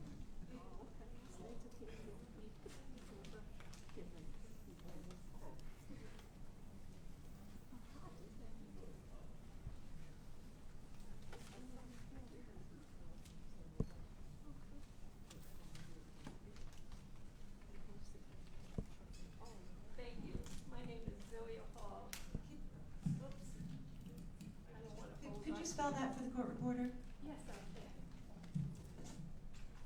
My first name is pronounced like Zelia, Z-I-L-L-Y-A, Zelia, but the spelling is X is in X-ray, Y-L-I-A, and last name is Hall, last name is Hallway.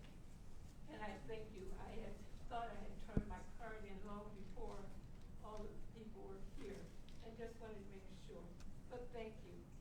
Now, the question was whether or not to approve this rate increase. And for me, the answer is no, no, no, an infinity no.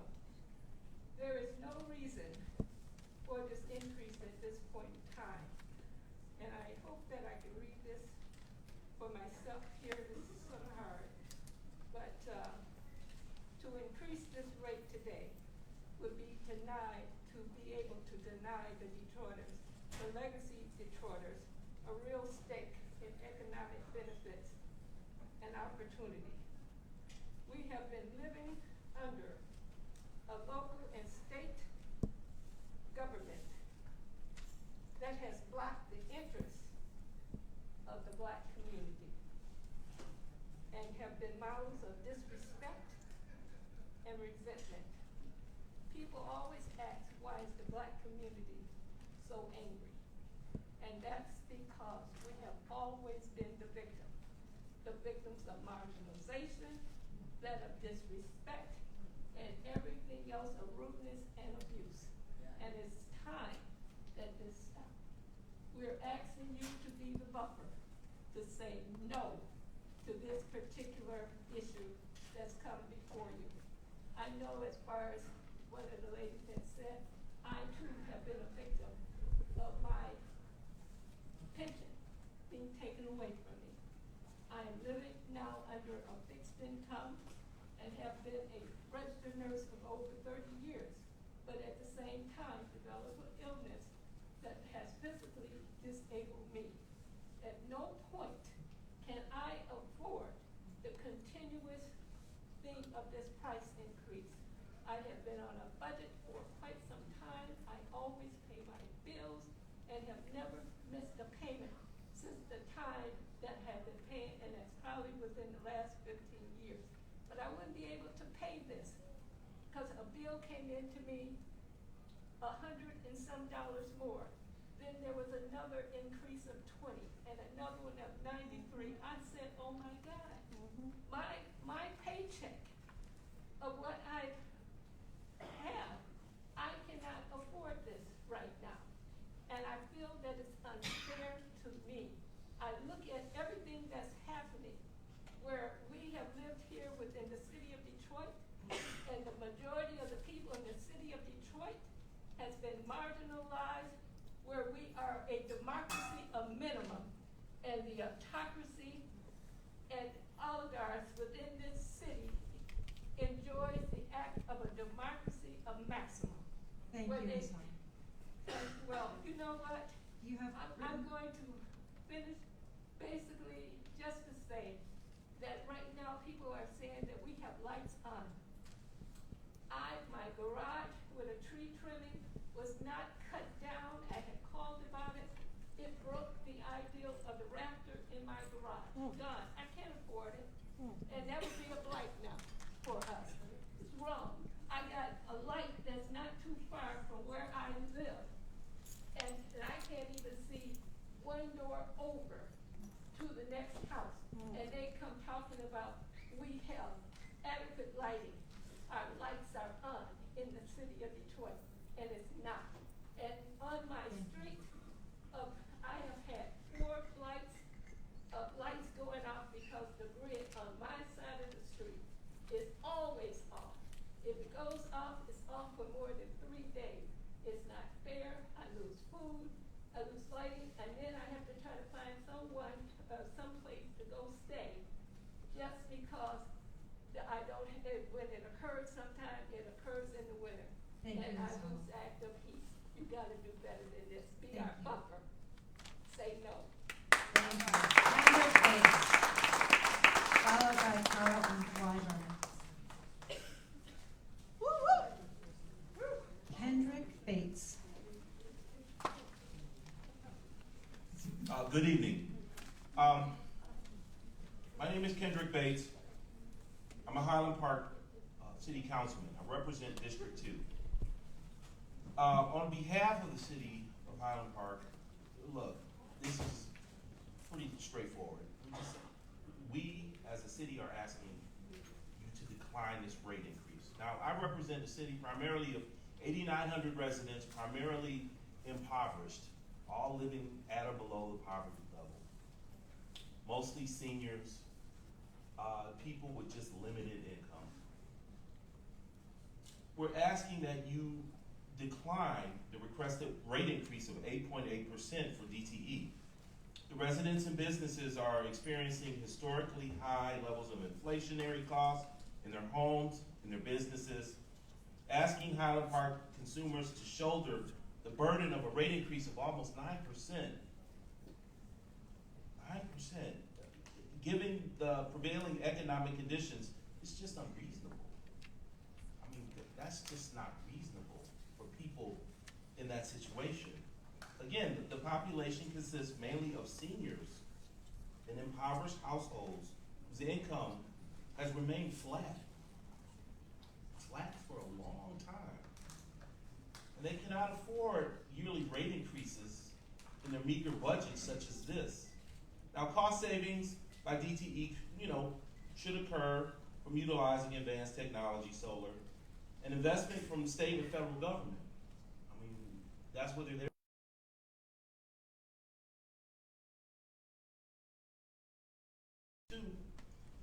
The power in my neighborhood just went out for no reason. I asked the lineman, the repairman, and as a city councilman, what happened? We don't know.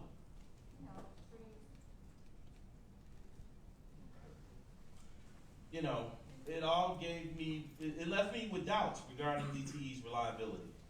And again, given the current economic climate, you know, more discussion needs to take place regarding such a significant rate increase, because right now it's just not, it's not advisable. It's not warranted. Thank you, Councilman.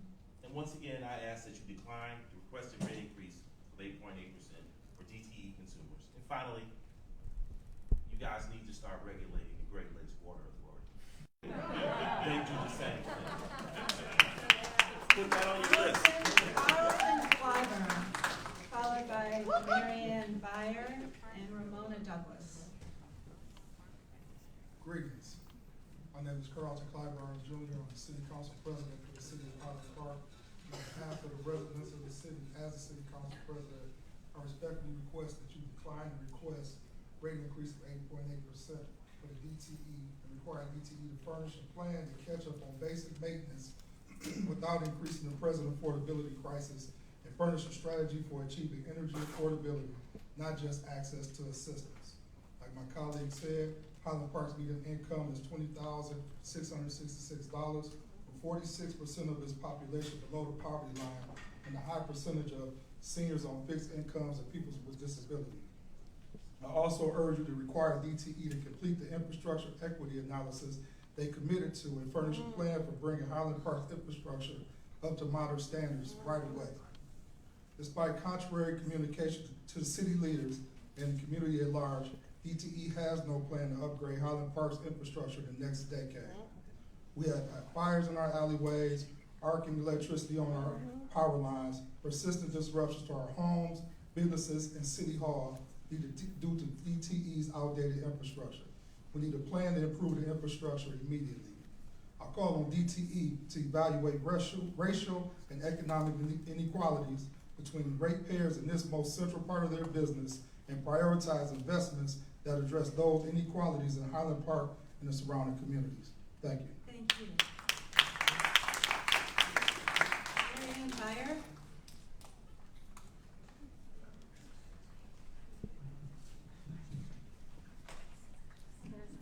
Hello, Marianne Byer, and I'm a Dearborn resident. I have solar panels, and okay. And what my point is that how many times are we going to come back here and ask for DTE not to do a rate increase? What we have to do is have a not-for-profit utility company that works for the public and does not have stock holders, because the company is beholden to them and not to the ratepayers.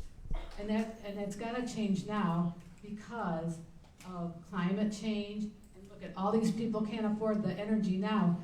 Next year we're going to come back and beg you not to okay another 8% increase. Every year that's going to happen. It doesn't make any sense. The people have to have a not-for-profit company that works for the people. Thank you, Ms. Byer. Ramona Douglas.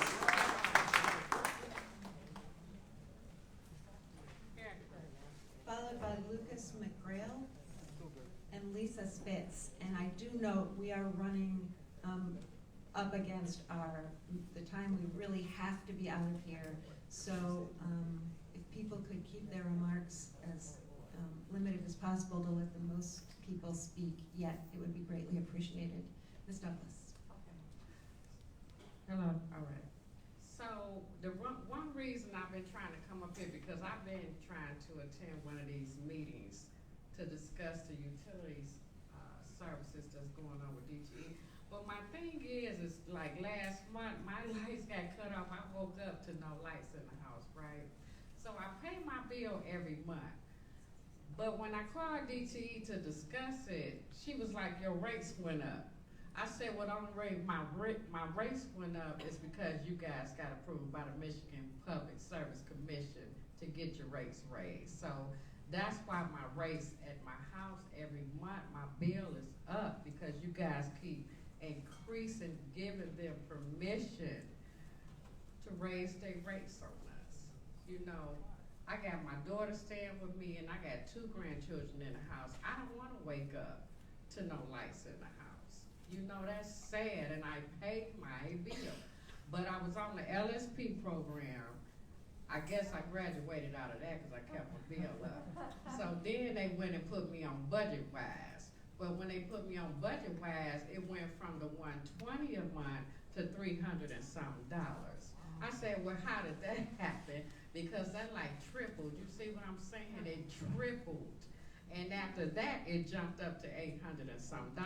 But I was forced to pay DTE $800 and something to get my lights cut back on, and that's a shame. But I'm gonna go and let everybody else speak, okay? I just wanted to bring that up. Thank you, Ms. Douglas. Lucas McGrail.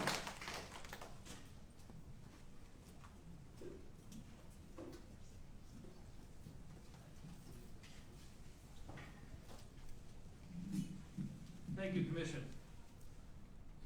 Lucas McGrail, architect, construction administrator, 14-year resident of Livonia, 25-year resident of the city of Detroit. I have a particular interest in this particular subject because I studied it in both of my degrees that I earned in architecture.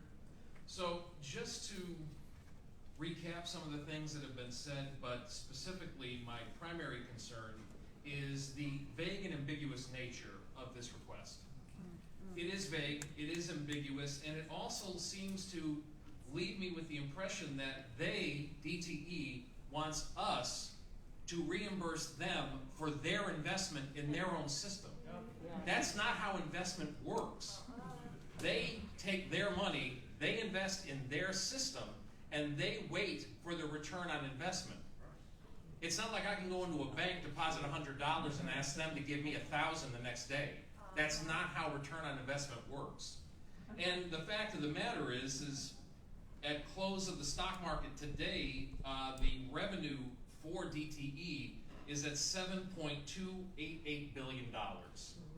Okay, and what they're asking for is 5% of their annual revenue thus far this year. So essentially their statement, again, is vague and ambiguous, so we want transparency. We want accountability. You folks are the watchdog organization to make sure that they don't do stuff like this. But you seem content to be muzzled. We don't want you muzzled. We want you off the chain and watching out for us, okay? And finally, people saying that DTE hates solar. DTE doesn't hate solar. They've got a solar farm at Greenfield and 96 in Detroit and 3 miles from my house in Livonia. They like it. They hate rooftop solar. Thank you, Mr. McGrail.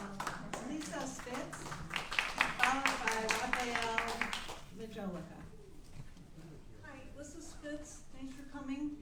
I want you to turn down the rate increase. It's insane.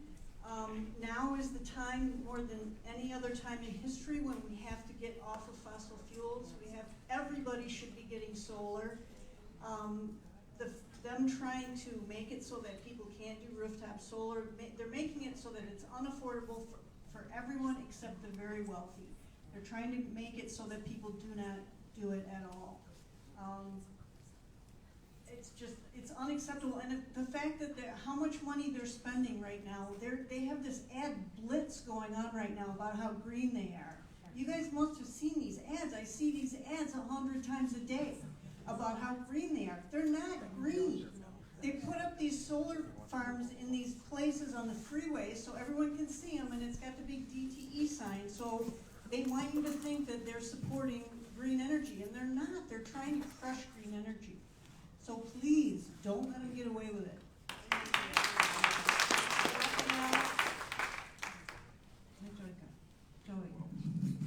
It's Mojica, like last Mohicans, but I'm nowhere near good looking as Daniel Day-Lewis. So we'll just go with the last name, Mojica. My name is Rafael. I work for a nonprofit called Soulardarity, which I'm sure all of you are very well aware of when you see this logo coming to the podium. I hope it doesn't make you too nervous, but there's a reason why we have a track record of being strong in our voice and in our words.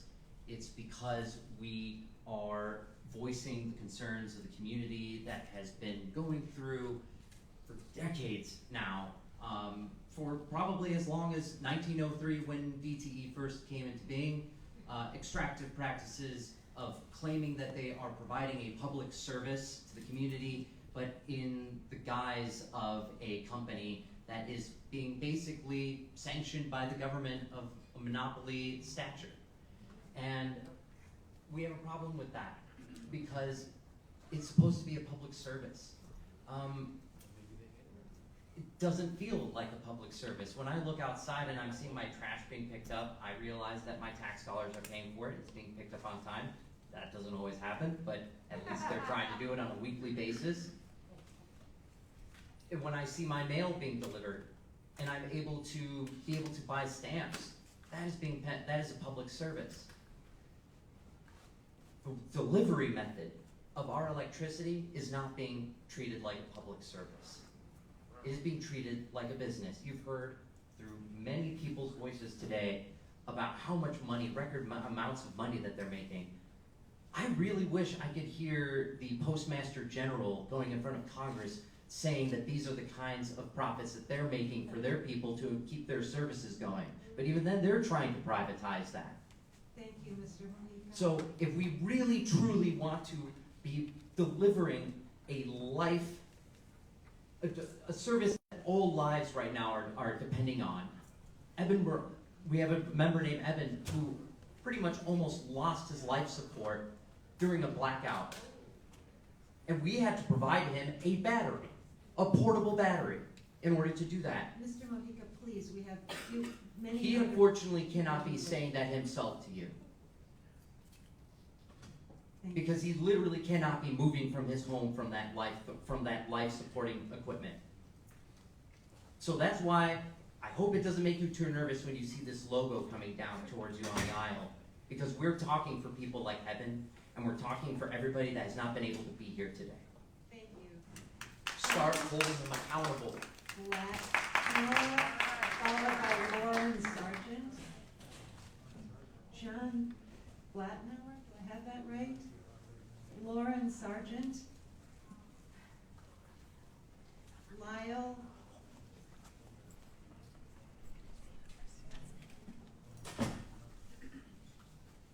Elkiel. Elbiel. Slakehill. Excuse my old eyes. Lael. I think you're trying to say Layla Alabed. Layla. Thank you. Thank you, Commission, for hosting this hearing. My name is Layla Alabed. I am a organizer with We the People Michigan, and I'm also a resident of Dearborn Heights, and I'm here to tell this commission to reject DTE's rate hike. The average electric bill cost for a home outside of the state of Michigan that is between 500 and 1,000 square feet is $75 estimated.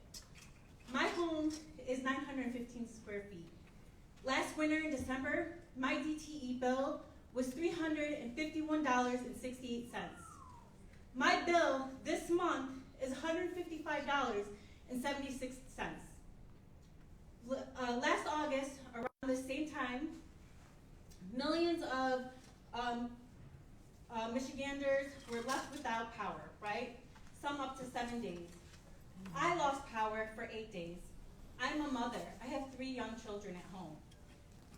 For those 8 days, we had to stay with family. If I had to get a hotel or make accommodations, I don't know how I would have been able to afford that. Not only did we have to leave our home for up to 8 days, DTE was sending us messages that, you know, they had trucks out, they had this out. We didn't hear anything.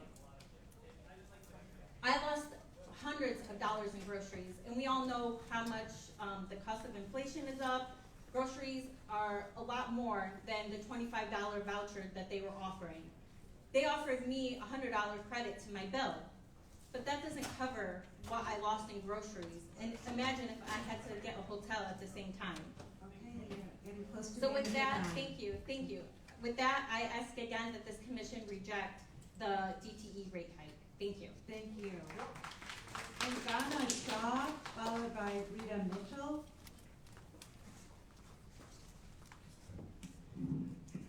Hi, I'm Ganesha, and I'm glad to be here. I know that a previous speaker said that this rate hike is vague and ambiguous, and I don't see anything ambiguous about it, but I'll start with DTE has been suppressing solar energy for years by buying politicians. There is, as many people have said, a 1% cap on residential solar, 2 or 3% in different areas because those limits have been reached. People want to provide their own energy because DTE won't and because it's better for the environment. This rate hike request is extortion. Buried in those 600 pages that others have elucidated, but is not the focus of most of the comments, is that they are pitting a $100 a month surcharge on people who put in their own solar panels. Imagine that, the audacity. Against, okay, then we'll lower the 1% cap, because then they know no one can afford it. And I want to know what business school they went to where they were taught that instead of, they should be holding back society instead of propelling it forward into the 21st century, where they should be suppressing innovation instead of being the engines of innovation. You need to do your jobs. This is not the proper way to make profits. I don't care if you have the market model. I don't care if you call it public service. They're not doing their job. They're trying to steal from people and call it profits. Send them back to school so they can do their jobs and you do yours. Turn it down and don't do a compromise. Don't do a 2%. That doesn't look like a compromise to us. We're the ones who are paying it.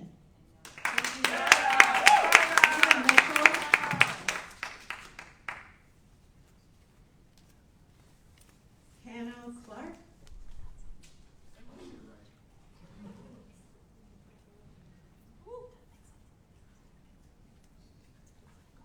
It's Kamal, K-A-M-A-U. It comes from the country of Kenya. It is Kiswahili. Thank you. Excuse my old eyes. For sure.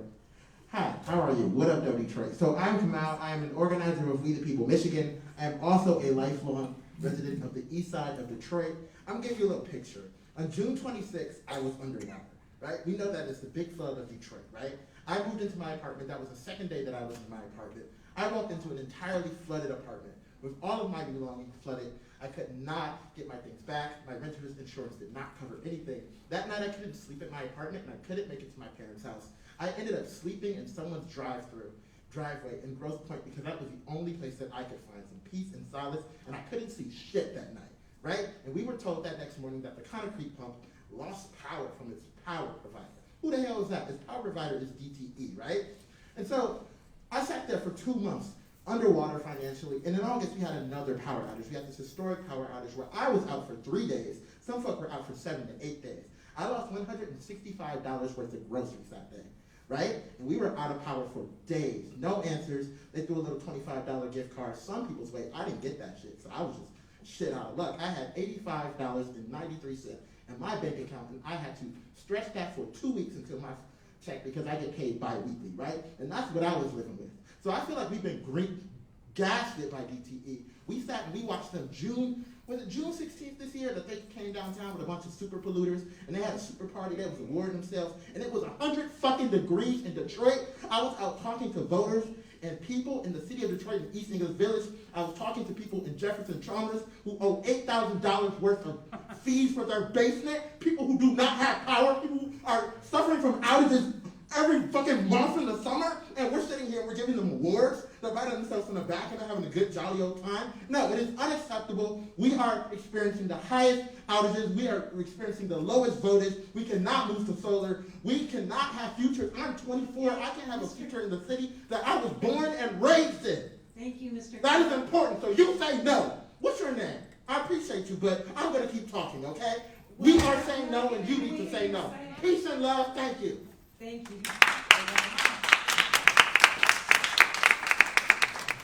Okay, so at the beginning, I mentioned mentioned that we were going to be here from 6 to 8, but we were going to stay longer, but we had to be out of this room by 9, and that we would have to close at 8:45. We still have more comments than we're going to get to. It is 8:39, and we do have to wrap up in 6 minutes. So we will do as many cards as we can get in 6 minutes. And then I would remind you that we will take any comments that you've written on your cards. Those will also be entered into the record. You can also reach us at the addresses that are on this and comment directly into the docket. So we wanted to and still want to hear from as many folks with the 6 minutes that we have remaining, and then through other means beyond the time that we have here tonight. You've been here all this time and you have to cut us off. Schimicki and Nichols. You didn't pay the rent long enough.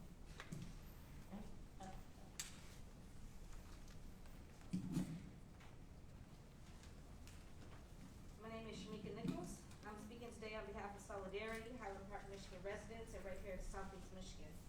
Thank you, commissioners, for finally allowing ratepayers and community voices to be heard in this case. With all due respect, next time, please do not make us beg for an opportunity like this. Soulardarity has worked hard to get this commission to see the need to close the communication disconnection between you and the citizens who need a crystal clear demonstration of justice in this rate case.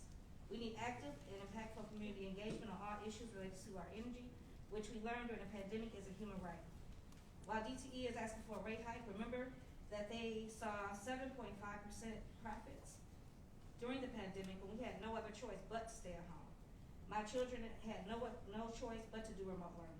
I had no choice but to work remotely from my family, to work remotely to keep my family and community safe. When has DTE ever prioritized our health or our safety? Year after year, organizations like Soulardarity, We Want Green 2, MEJC, CRAFT, We the People Michigan, the Fan Black Voters, and residential ratepayers have all been demanding accountability of your office. DTE and requesting a fair energy system that serves all Michigan families, which are real people, not corporate profits, individuals who sit in the shadows and profit off of generational demise. When is enough enough? When does the MPSC stop becoming complacent in the extraction of our neighborhoods, our families, our money, and the degradation of our environment? My grandmother struggled with energy bills. My mother, who kept 2 jobs, even in a 2-parent household, struggled, and now I struggle. As a mother of 2 little boys, I cannot afford to allow DTE to reward their shareholders with a raise when we all watch the news and await the outages. The MPSC should completely and vehemently reject DTE's request for a rate hike. And in the past 5 years, DTE Energy has jacked up our rates 4 times, totaling $775 million, with little to no improvements to service. Thank you, Ms. Nichols. Yvonne Navarette.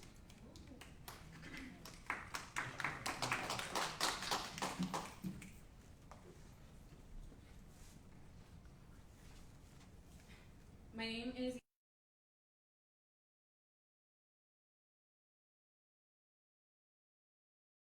Mutual Aid Network, where we raised $80,000 to redistribute to 300 families. Many of them were undocumented. Many of them only spoke Spanish. These are people who were neglected by the federal stimulus aid. These are people who are have already limited access to resources. And one of the most common needs that these families needed the money for was to cover their overdue DTE bill. These are families at risk of losing their power, families with babies, families with other urgent needs like groceries, diapers, rent, water. We worked diligently to do outreach to these families to get their bills paid off and provide what relief we could. But so many in my community cannot afford their DTE bill as is, and it takes a lot of work to raise funds and do the outreach and get them this kind of relief. And all this work for what?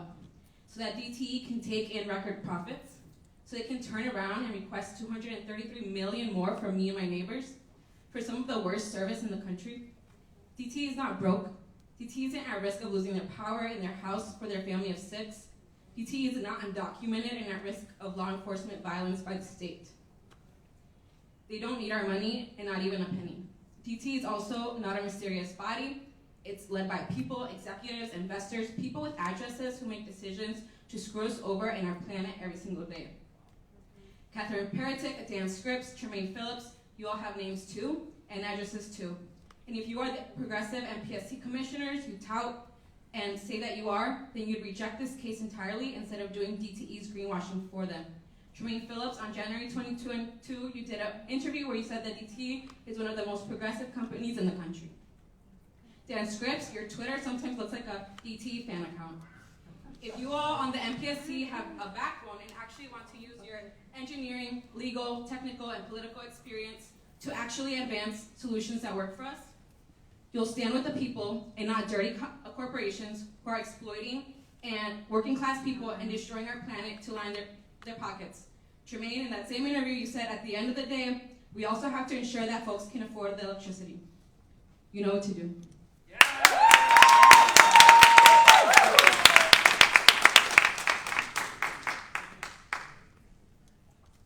Well, thank you all very much for coming and for waiting around, everybody, so patiently. I do have these remaining cards. If anybody wants to add any written comments in the next few minutes while we're picking up the room, they most certainly can. I have them right here. I think we have more too if people need more space.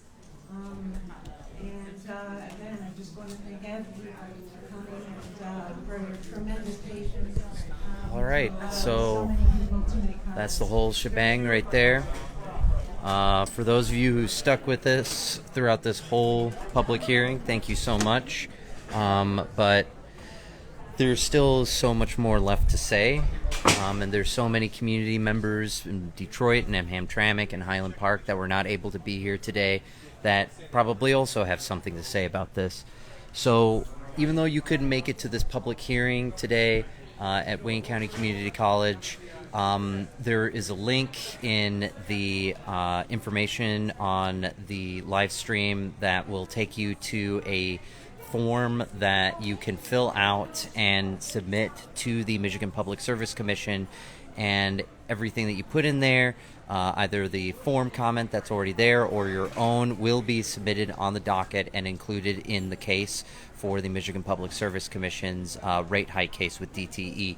I implore you, please, if you were not able to be here today, to take the time, click that link, fill out the form, and please voice add to the collective voice to say no to these rate hikes. Thank you so much, and have a great night.